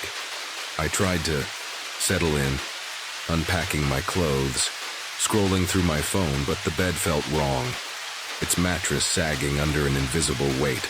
I pushed the thought away, chalking it up to jet lag or too much coffee. The second night, things got weird. I was lying in bed, half asleep, when I heard a tap on the wall near my head, sharp and deliberate, like someone knocking to get my attention. I froze, eyes darting to the dark room. "Grandma?" I called, voice shaky. Silence. Another tap, louder, followed by a faint scrape, like nails dragging across wood. My heart raced. I sat up, fumbling for my phone, its flashlight casting weak shadows. The room was empty, the door shut, but the air felt alive, charged with something I couldn't name. I heard a scratching noise next to me and then very faintly next to my ear. A woman's giggle, low and mocking like she was inches away. My skin crawled. I leapt out of bed, heart pounding, but no one was there. I tried to rationalize it. Maybe a mouse, maybe the house settling. But the giggle was too clear, too human. I called my mom, who was staying at our family's other house an hour away. "Mom, something's wrong," I stammered, explaining the taps, the scrape, the laugh. She offered calm explanations. Pipes, wind, my imagination. But her voice was tight, like she didn't believe her own words. I stayed on the phone, pacing, too scared to lie back down. Then it started again. A tap, then a series of scratches, faster, closer, like claws digging into the wall behind the bed. The giggle returned, sharper, right in my ear. I dropped the phone, my chest tightening, and then it hit me. My body began to tense up, and I started having some kind of muscle spasm. My arms locked, my legs twitched, my fingers curled into claws I couldn't control. The fear and the panic just overtook me, a wave of terror so intense I couldn't breathe. I tried to scream, but my throat was frozen. The giggle grew louder, circling me as the room spun. I was trapped in my own body, helpless, the darkness pressing in. I managed to gasp, "Mom!" Through the phone, my voice a croak.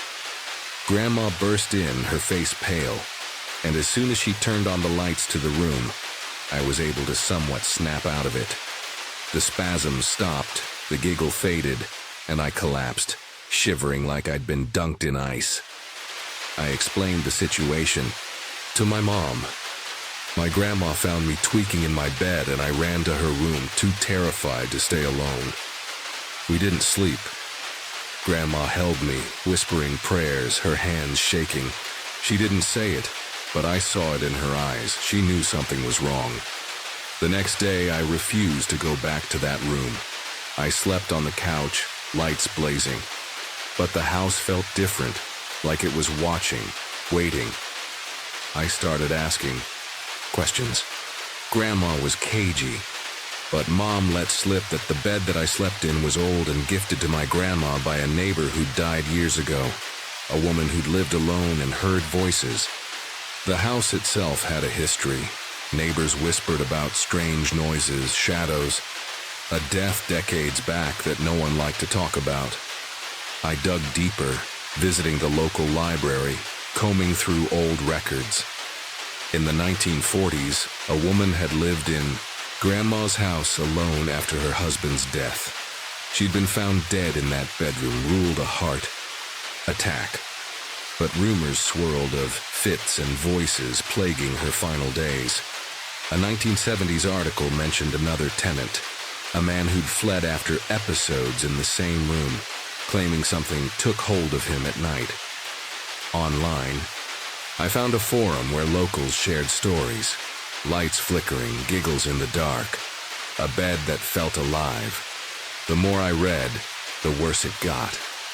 I don't know what is going on in that house, but it wasn't just old pipes. I left for college a week later, refusing to sleep in that room again. Grandma sold the bed, but the house still feels wrong when I visit.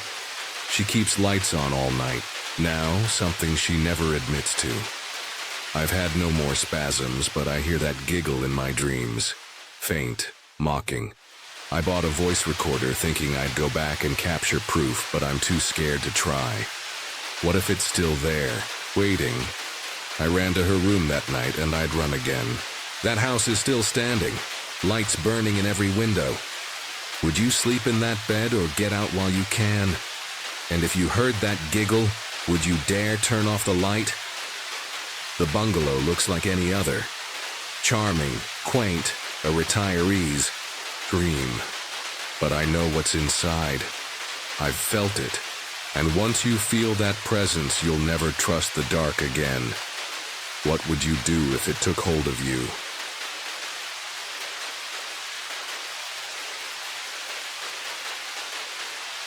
The street was empty, the town asleep, but my heart pounded as I walked home at midnight.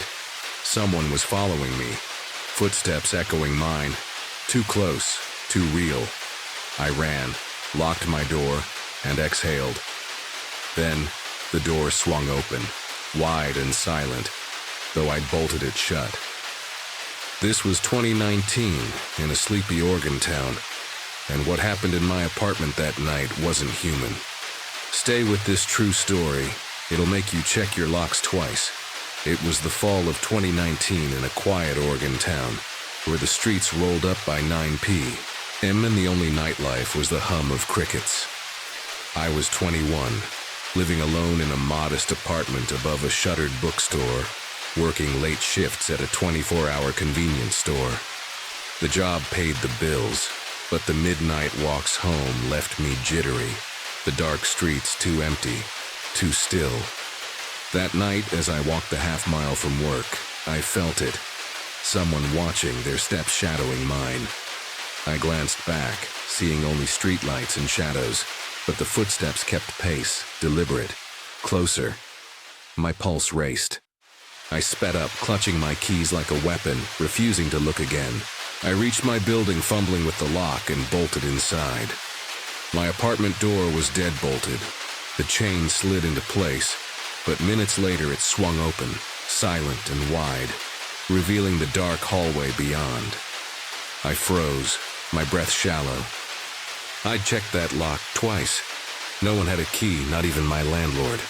I slammed the door shut, re-locked it, and pressed my ear against it. Nothing. No footsteps, no voices. But the air felt wrong, heavy, like the apartment was holding its breath. I grabbed my phone, hands trembling, and checked every corner. Closet, bathroom, under the bed. Empty. The windows were latched, the fire escape untouched. I tried to calm myself, blaming exhaustion, but the memory of those footsteps haunted me. I texted my best friend Claire, begging her to come over. She arrived within the hour, her face pale as I recounted the door, the steps, the dread. "It's an old building," she said, trying to sound convincing. Maybe the lock's faulty, but her eyes darted to the door, and I knew she felt it too, the sense that we weren't alone. Claire stayed the night, sleeping on my couch, but neither of us rested. Around 2 a.m., we heard it. Creaks, like someone moving in the kitchen, then a soft thump. I grabbed a flashlight, my voice shaking as I called out, "Who's there?" Silence. We crept to the kitchen, the beam trembling in my hand. Nothing was out of place. No open cabinets, no footprints. But the air was icy, unnatural for September. Claire gripped my arm, whispering, "This place is wrong." We checked the door again, still locked, but the unease grew. Those noises kept coming, night after night, always just out of sight. I started documenting everything. Times, sounds, feelings. The creaks were loudest between 1 and 3 a.m., sometimes paired with a faint tapping, like fingers on glass. One night, I woke to a shadow at the foot of my bed, vague but human-shaped, gone when I flicked on the lamp. My heart hammered. Sleep impossible. I told Claire, who insisted we test the lock.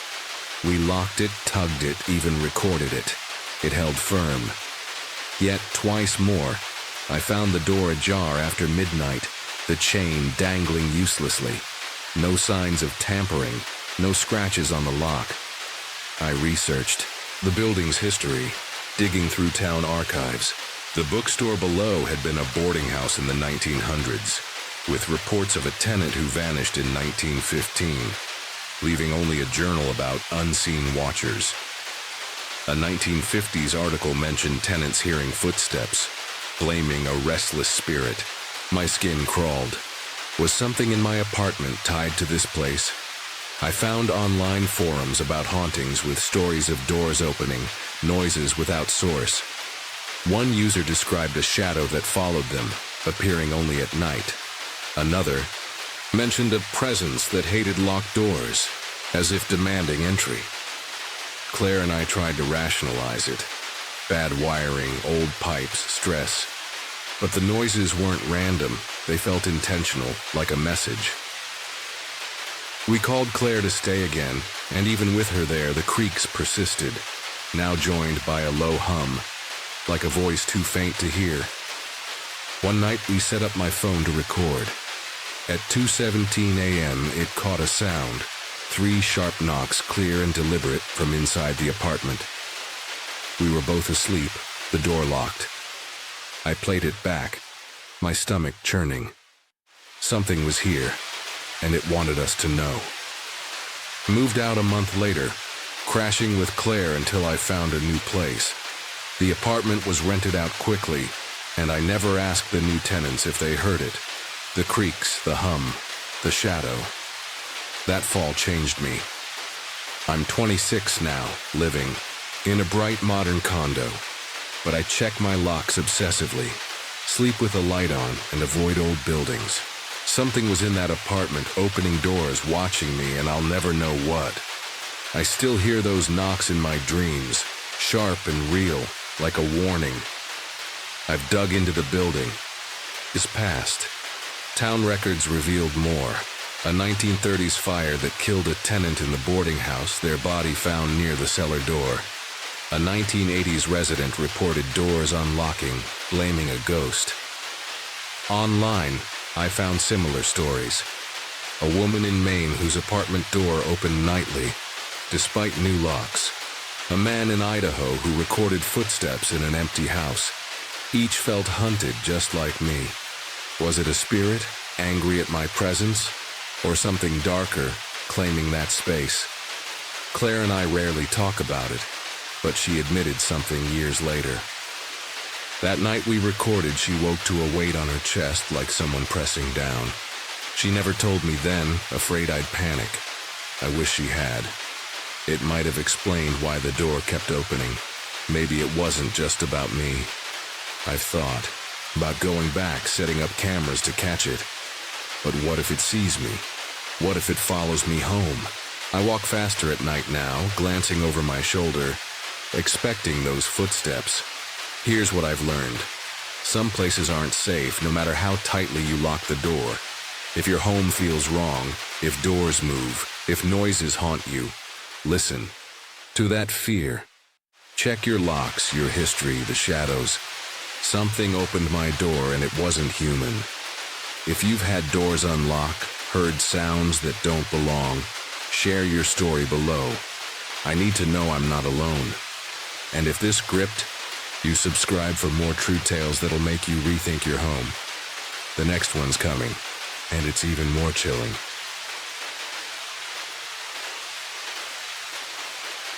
Claire's juggling groceries and a fussy 4-month-old in a Walmart parking lot when a shadow looms close.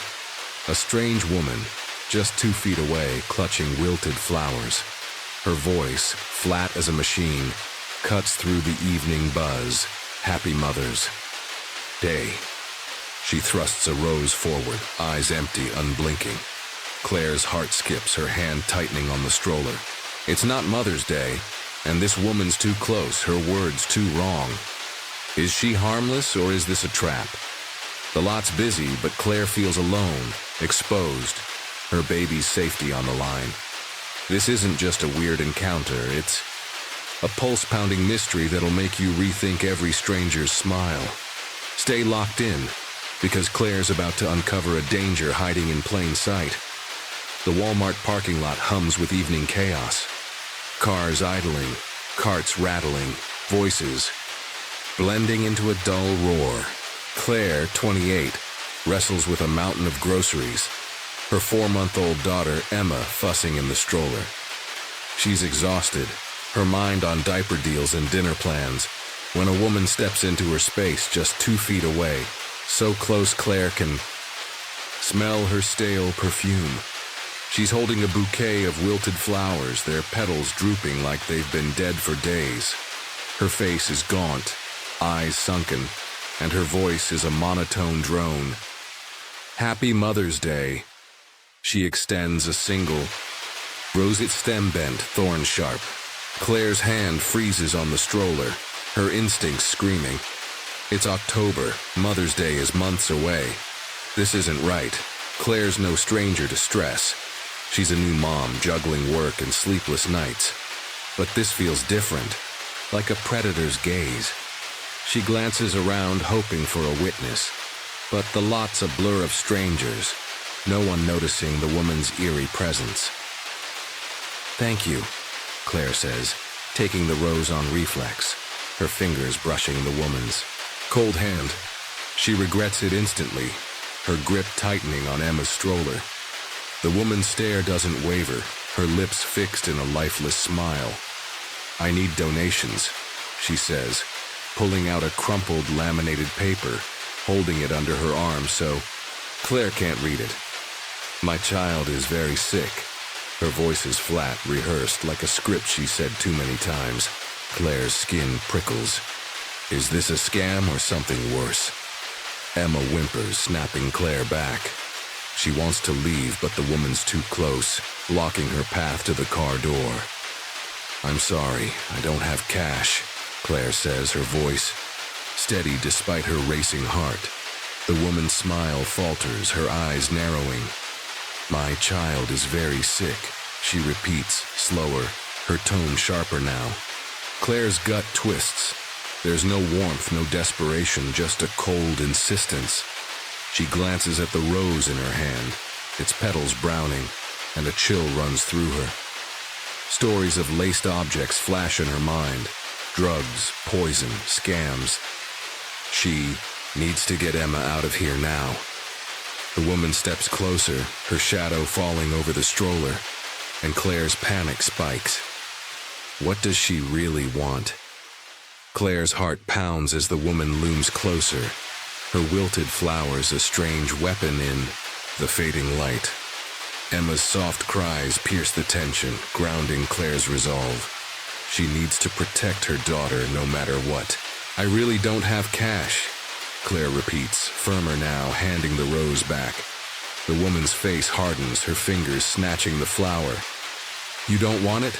My child is sick, she says, her voice a low hiss, the words dripping with accusation. Claire steps back, pulling the stroller with her, but the woman follows, her eyes locked on Emma. You can keep the flower, she insists, thrusting it forward again. Claire shakes her head, her voice trembling.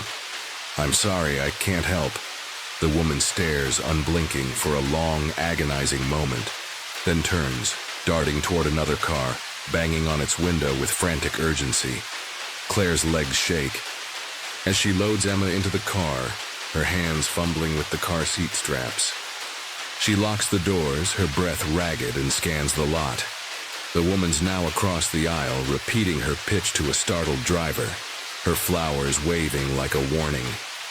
But something else catches Claire's eye. A man in a gray sedan, circling the lot, snapping photos with his phone, his gaze flicking between cars. Is he with her? Claire's stomach twists, her mind racing with possibilities. Scammers, traffickers, worse. She dials 911, reporting the woman's suspicious behavior, her voice steady despite the fear clawing at her. She was too close, too pushy, she tells the dispatcher, mentioning the man with the camera. The call's quick, but the police won't arrive soon and Claire's not waiting. She starts the car, her eyes darting to the rear-view mirror. The woman's still moving, her flowers a blur while the sedan lingers, its driver obscured. Claire's hands grip the wheel, her heart hammering as she pulls out, weaving through the lot. She checks on Emma, safe in her seat, and feels a surge of relief, but it's fleeting. The man's car moves, following her for a moment before turning away. Coincidence or deliberate? Claire's not taking chances. She speeds toward the exit, the Walmart shrinking in her mirror. But the woman's empty stare and the man's camera haunt her. She's safe for now, but the encounter feels like a warning, a crack in the everyday world she thought she knew. Claire drives home in a daze, the Walmart encounter replaying like a bad dream. She's rattled, her sense of safety shattered, the woman's lifeless voice echoing in her mind. Emma's asleep in the back, oblivious, but Claire's hands tremble on the wheel, her eyes scanning every car behind her. She hasn't returned to that Walmart since, opting for smaller stores, avoiding crowded lots. At home, she locks the doors, checks the windows, and holds Emma a little tighter. The rose's thorns a phantom sting in her memory. The unease lingers, a shadow that follows her through grocery runs and quiet evenings. A reminder that danger can strike in the most ordinary places. She tells her husband Ryan, who's alarmed but practical. "You did the right thing calling the cops," he says, but his words don't erase the fear. Days later, Claire searches online, desperate for answers. She finds a forum thread about Walmart scams, people reporting women with flowers, claiming sick children, working in pairs with men who scope lots. One post chills her. A woman in a nearby town accepted a rose, later finding her car tampered with, her purse gone. Another mentions a man photographing cars, possibly logging license plates. Claire's heart sinks. Was that the man she saw? She contacts the police again, sharing the forum posts, but the officer's response is vague. "We're looking into it." No arrests, no updates.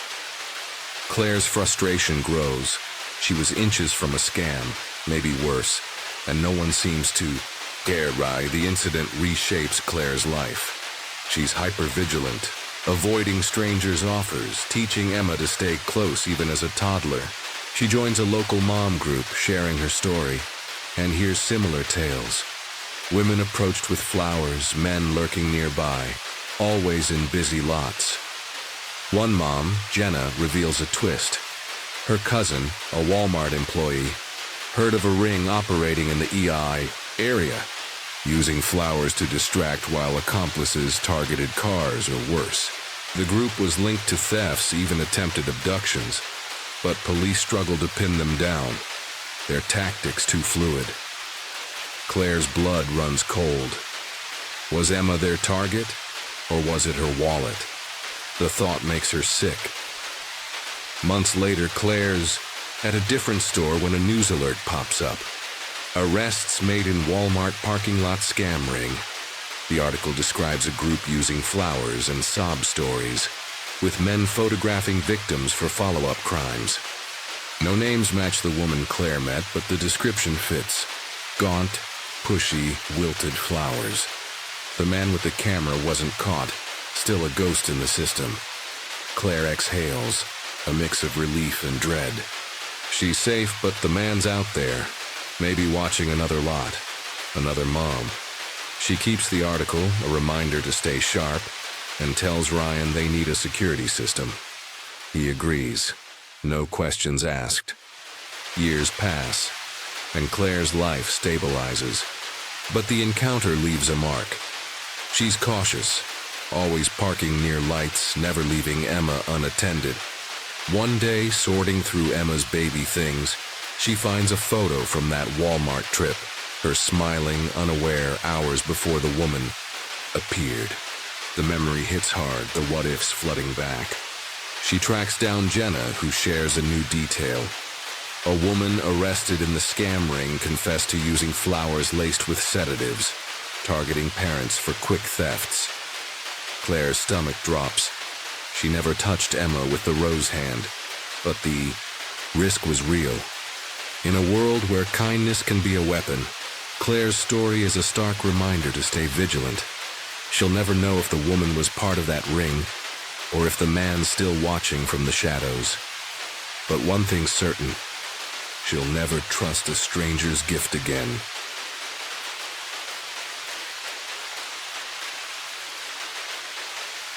She appeared out of nowhere, a woman with dead eyes and a voice like a broken machine, thrusting a wilted rose at me in the Walmart parking lot. "Happy Mother's Day," she droned, her face blank, as if something else was speaking through. My baby was in the cart, and every instinct screamed to run. My name's Hannah, and what happened that day wasn't just strange. It was a warning. Something was wrong with her, and it's still following me. I was 25, a new mom to my 4-month-old son, Noah, navigating life in a small Ohio town. That day, I'd gone to our local Walmart for diapers and groceries, the usual chaos of motherhood. The store was bustling, fluorescent lights humming, carts clattering. I was exhausted, juggling Noah's car seat and an overflowing cart. But it was just another errand. The parking lot was crowded, cars glinting under the afternoon sun, and I was focused on loading my SUV, unaware that something was about to shift my world. The town was quiet, the kind where everyone knows your name, but it had an edge. Stories of petty crime, whispers of stranger things. I'd heard rumors about the Walmart lot, people approached by odd figures, cars followed home. I dismissed them as small-town gossip, but as I strapped Noah's car seat in, a chill ran through me, like the air itself was watching. The lot felt too open, too exposed, the shoppers' faces blurring into a haze. I didn't know then that I was about to meet someone, or something, that would make those rumors feel all too real. I'd always been cautious, a habit from growing up in a city where you learn to watch your back. But motherhood sharpened that instinct, made every shadow a threat. Noah was my world, his tiny hands grasping at the air, his cries pulling me through sleepless nights. That day I just wanted to get home, to the safety of our little apartment. But the parking lot had other plans. The sun was too bright, the air too still, and as I loaded the last bag, I felt it. A presence, not human, not right, closing in. It was wrestling bags into my SUV, Noah fussing in his car seat, when a voice cut through the parking lot's hum. I was grocery shopping at my local Walmart with my 4-month-old. While I was loading up my vehicle, I heard an "excuse me" from behind me. I turned, expecting a lost shopper, but froze. There was a woman about 2 feet away from me. She was holding a bouquet of wilted flowers and was handing me a rose saying Happy Mother's Day. She said Happy Mother's Day. It was very monotone, no smile, nothing. Her eyes were empty, her face a blank mask like a doll's. The rose she offered was gray, petals crumbling, and her voice droned, mechanical, as if reciting a script. I forced a smile, clutching Noah's cart. I said thank you, I need donations, my child is very, very sick. I was starting to get nervous. Her words were flat, rehearsed, and she didn't blink. Her gaze locked on me, not Noah. My skin prickled. Something was wrong. Her clothes were outdated, a faded dress that hung loosely, and her hands trembled slightly, not from nerves, but something else, something unnatural. I mumbled an apology, saying I had no cash, but her expression didn't change, her voice repeating, "My child is sick," like a broken record. The parking lot felt smaller, the other cars distant.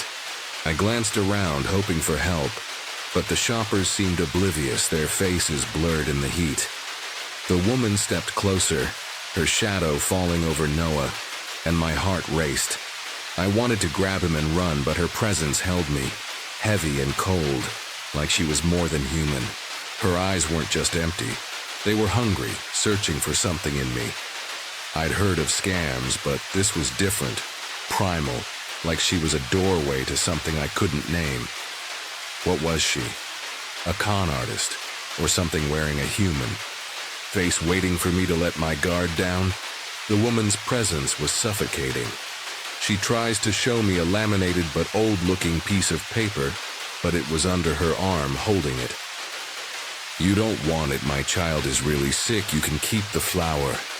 She grabs the flower from me and starts running to other people in the parking lot. Her movements were jerky, like a puppet on frayed strings, and the paper, a crumpled, yellowed sheet, slipped slightly, revealing a spiral symbol etched in black. I shook my head, handing back the rose, its petals falling like ash. "I'm sorry, I can't help," I said, voice trembling. But she just stared, unblinking, repeating, "My child is sick." Then she moved, not walking but gliding, her feet barely touching the ground toward another car. She banged on their window, her monotone voice echoing, "Happy Mother's Day." The driver sped off and she turned, her eyes locking on me again as if I'd never left her sight. My hands shook as I gripped Noah's cart, his cries piercing the haze. The parking lot was no longer safe. It was her territory, and I was. Pray, I noticed something else. Her shadow didn't match her movements, stretching. Too long, twisting in ways it shouldn't. The air grew colder, the sunlight dimming, as if she was pulling the world into her void. I wanted to scream, but my voice was gone, swallowed by her gaze. She wasn't just a person. She was a mask, hiding something that didn't belong here. The spiral on her paper burned in my mind, a symbol I'd seen before, in dreams, in fleeting glimpses on old walls in town.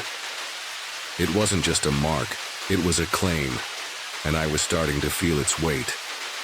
I needed to get out, but her eyes held, me promising something I didn't want to understand. My heart pounded as the woman vanished into the parking lot's haze. I was really scared at this point, and I started to almost panic, so I put my son into my vehicle. I then got into my vehicle, unlocked the doors, and started washing my hands with sanitizer that I keep in the vehicle. I strapped Noah in, his cries grounding me, and locked the doors, my hands shaking as I scrubbed them raw, terrified I'd touch something tainted by her. The rose's scent lingered, sickly sweet, like decay, and I couldn't shake the image of her eyes, empty yet piercing. I sat there, engine off, scanning the lot. The woman was gone, but the air felt wrong, heavy with her presence. Then I saw him, a man in a beat-up sedan circling the lot, his camera flashing as he photographed, cars pausing at mine. His movements were deliberate, his face hidden in shadow, but I felt his gaze cold and calculating. Was he with her? Were they part of something bigger, a trap I'd stumbled into? My mind raced with stories, scams, abductions, things darker than I could name. I started the car, hands trembling, and peeled out, checking my mirrors for the sedan. It followed for a block, then vanished. But the fear didn't. Noah's cries faded, but my pulse didn't slow.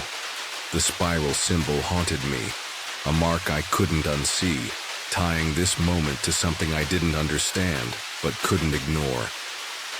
I drove home, locking every door, holding Noah tight, but the parking lot's chill followed me, seeping into my bones.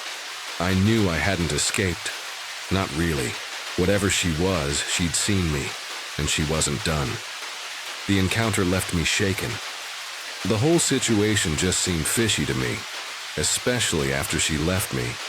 She went over to other people and was even banging on their car windows. I watched a man driving around the same area of the parking lot taking pictures of the same vehicle, and parking in multiple different spots, then moving and taking more pictures.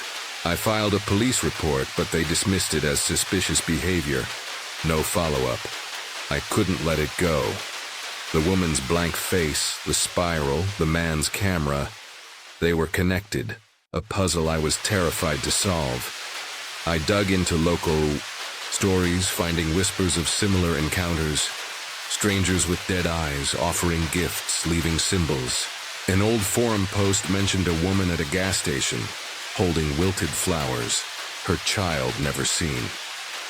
Another described a man photographing cars, always near spiral graffiti. The symbol appeared in my dreams, etched into walls, glowing faintly. I started seeing it in town, scratched into a bench painted on a curb.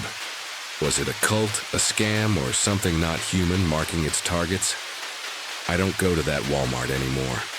I keep Noah close, check my locks, avoid parking lots at dusk. But I feel her eyes, that empty stare in every shadow. The man's camera flashes in my nightmares, capturing something I can't see. What were they? Human predators or something wearing their faces? Why me? Was it random, or am I marked? I don't know, but I warn you, if a stranger offers you a gift and their eyes don't feel alive, run. They're not what they seem, and they're already watching.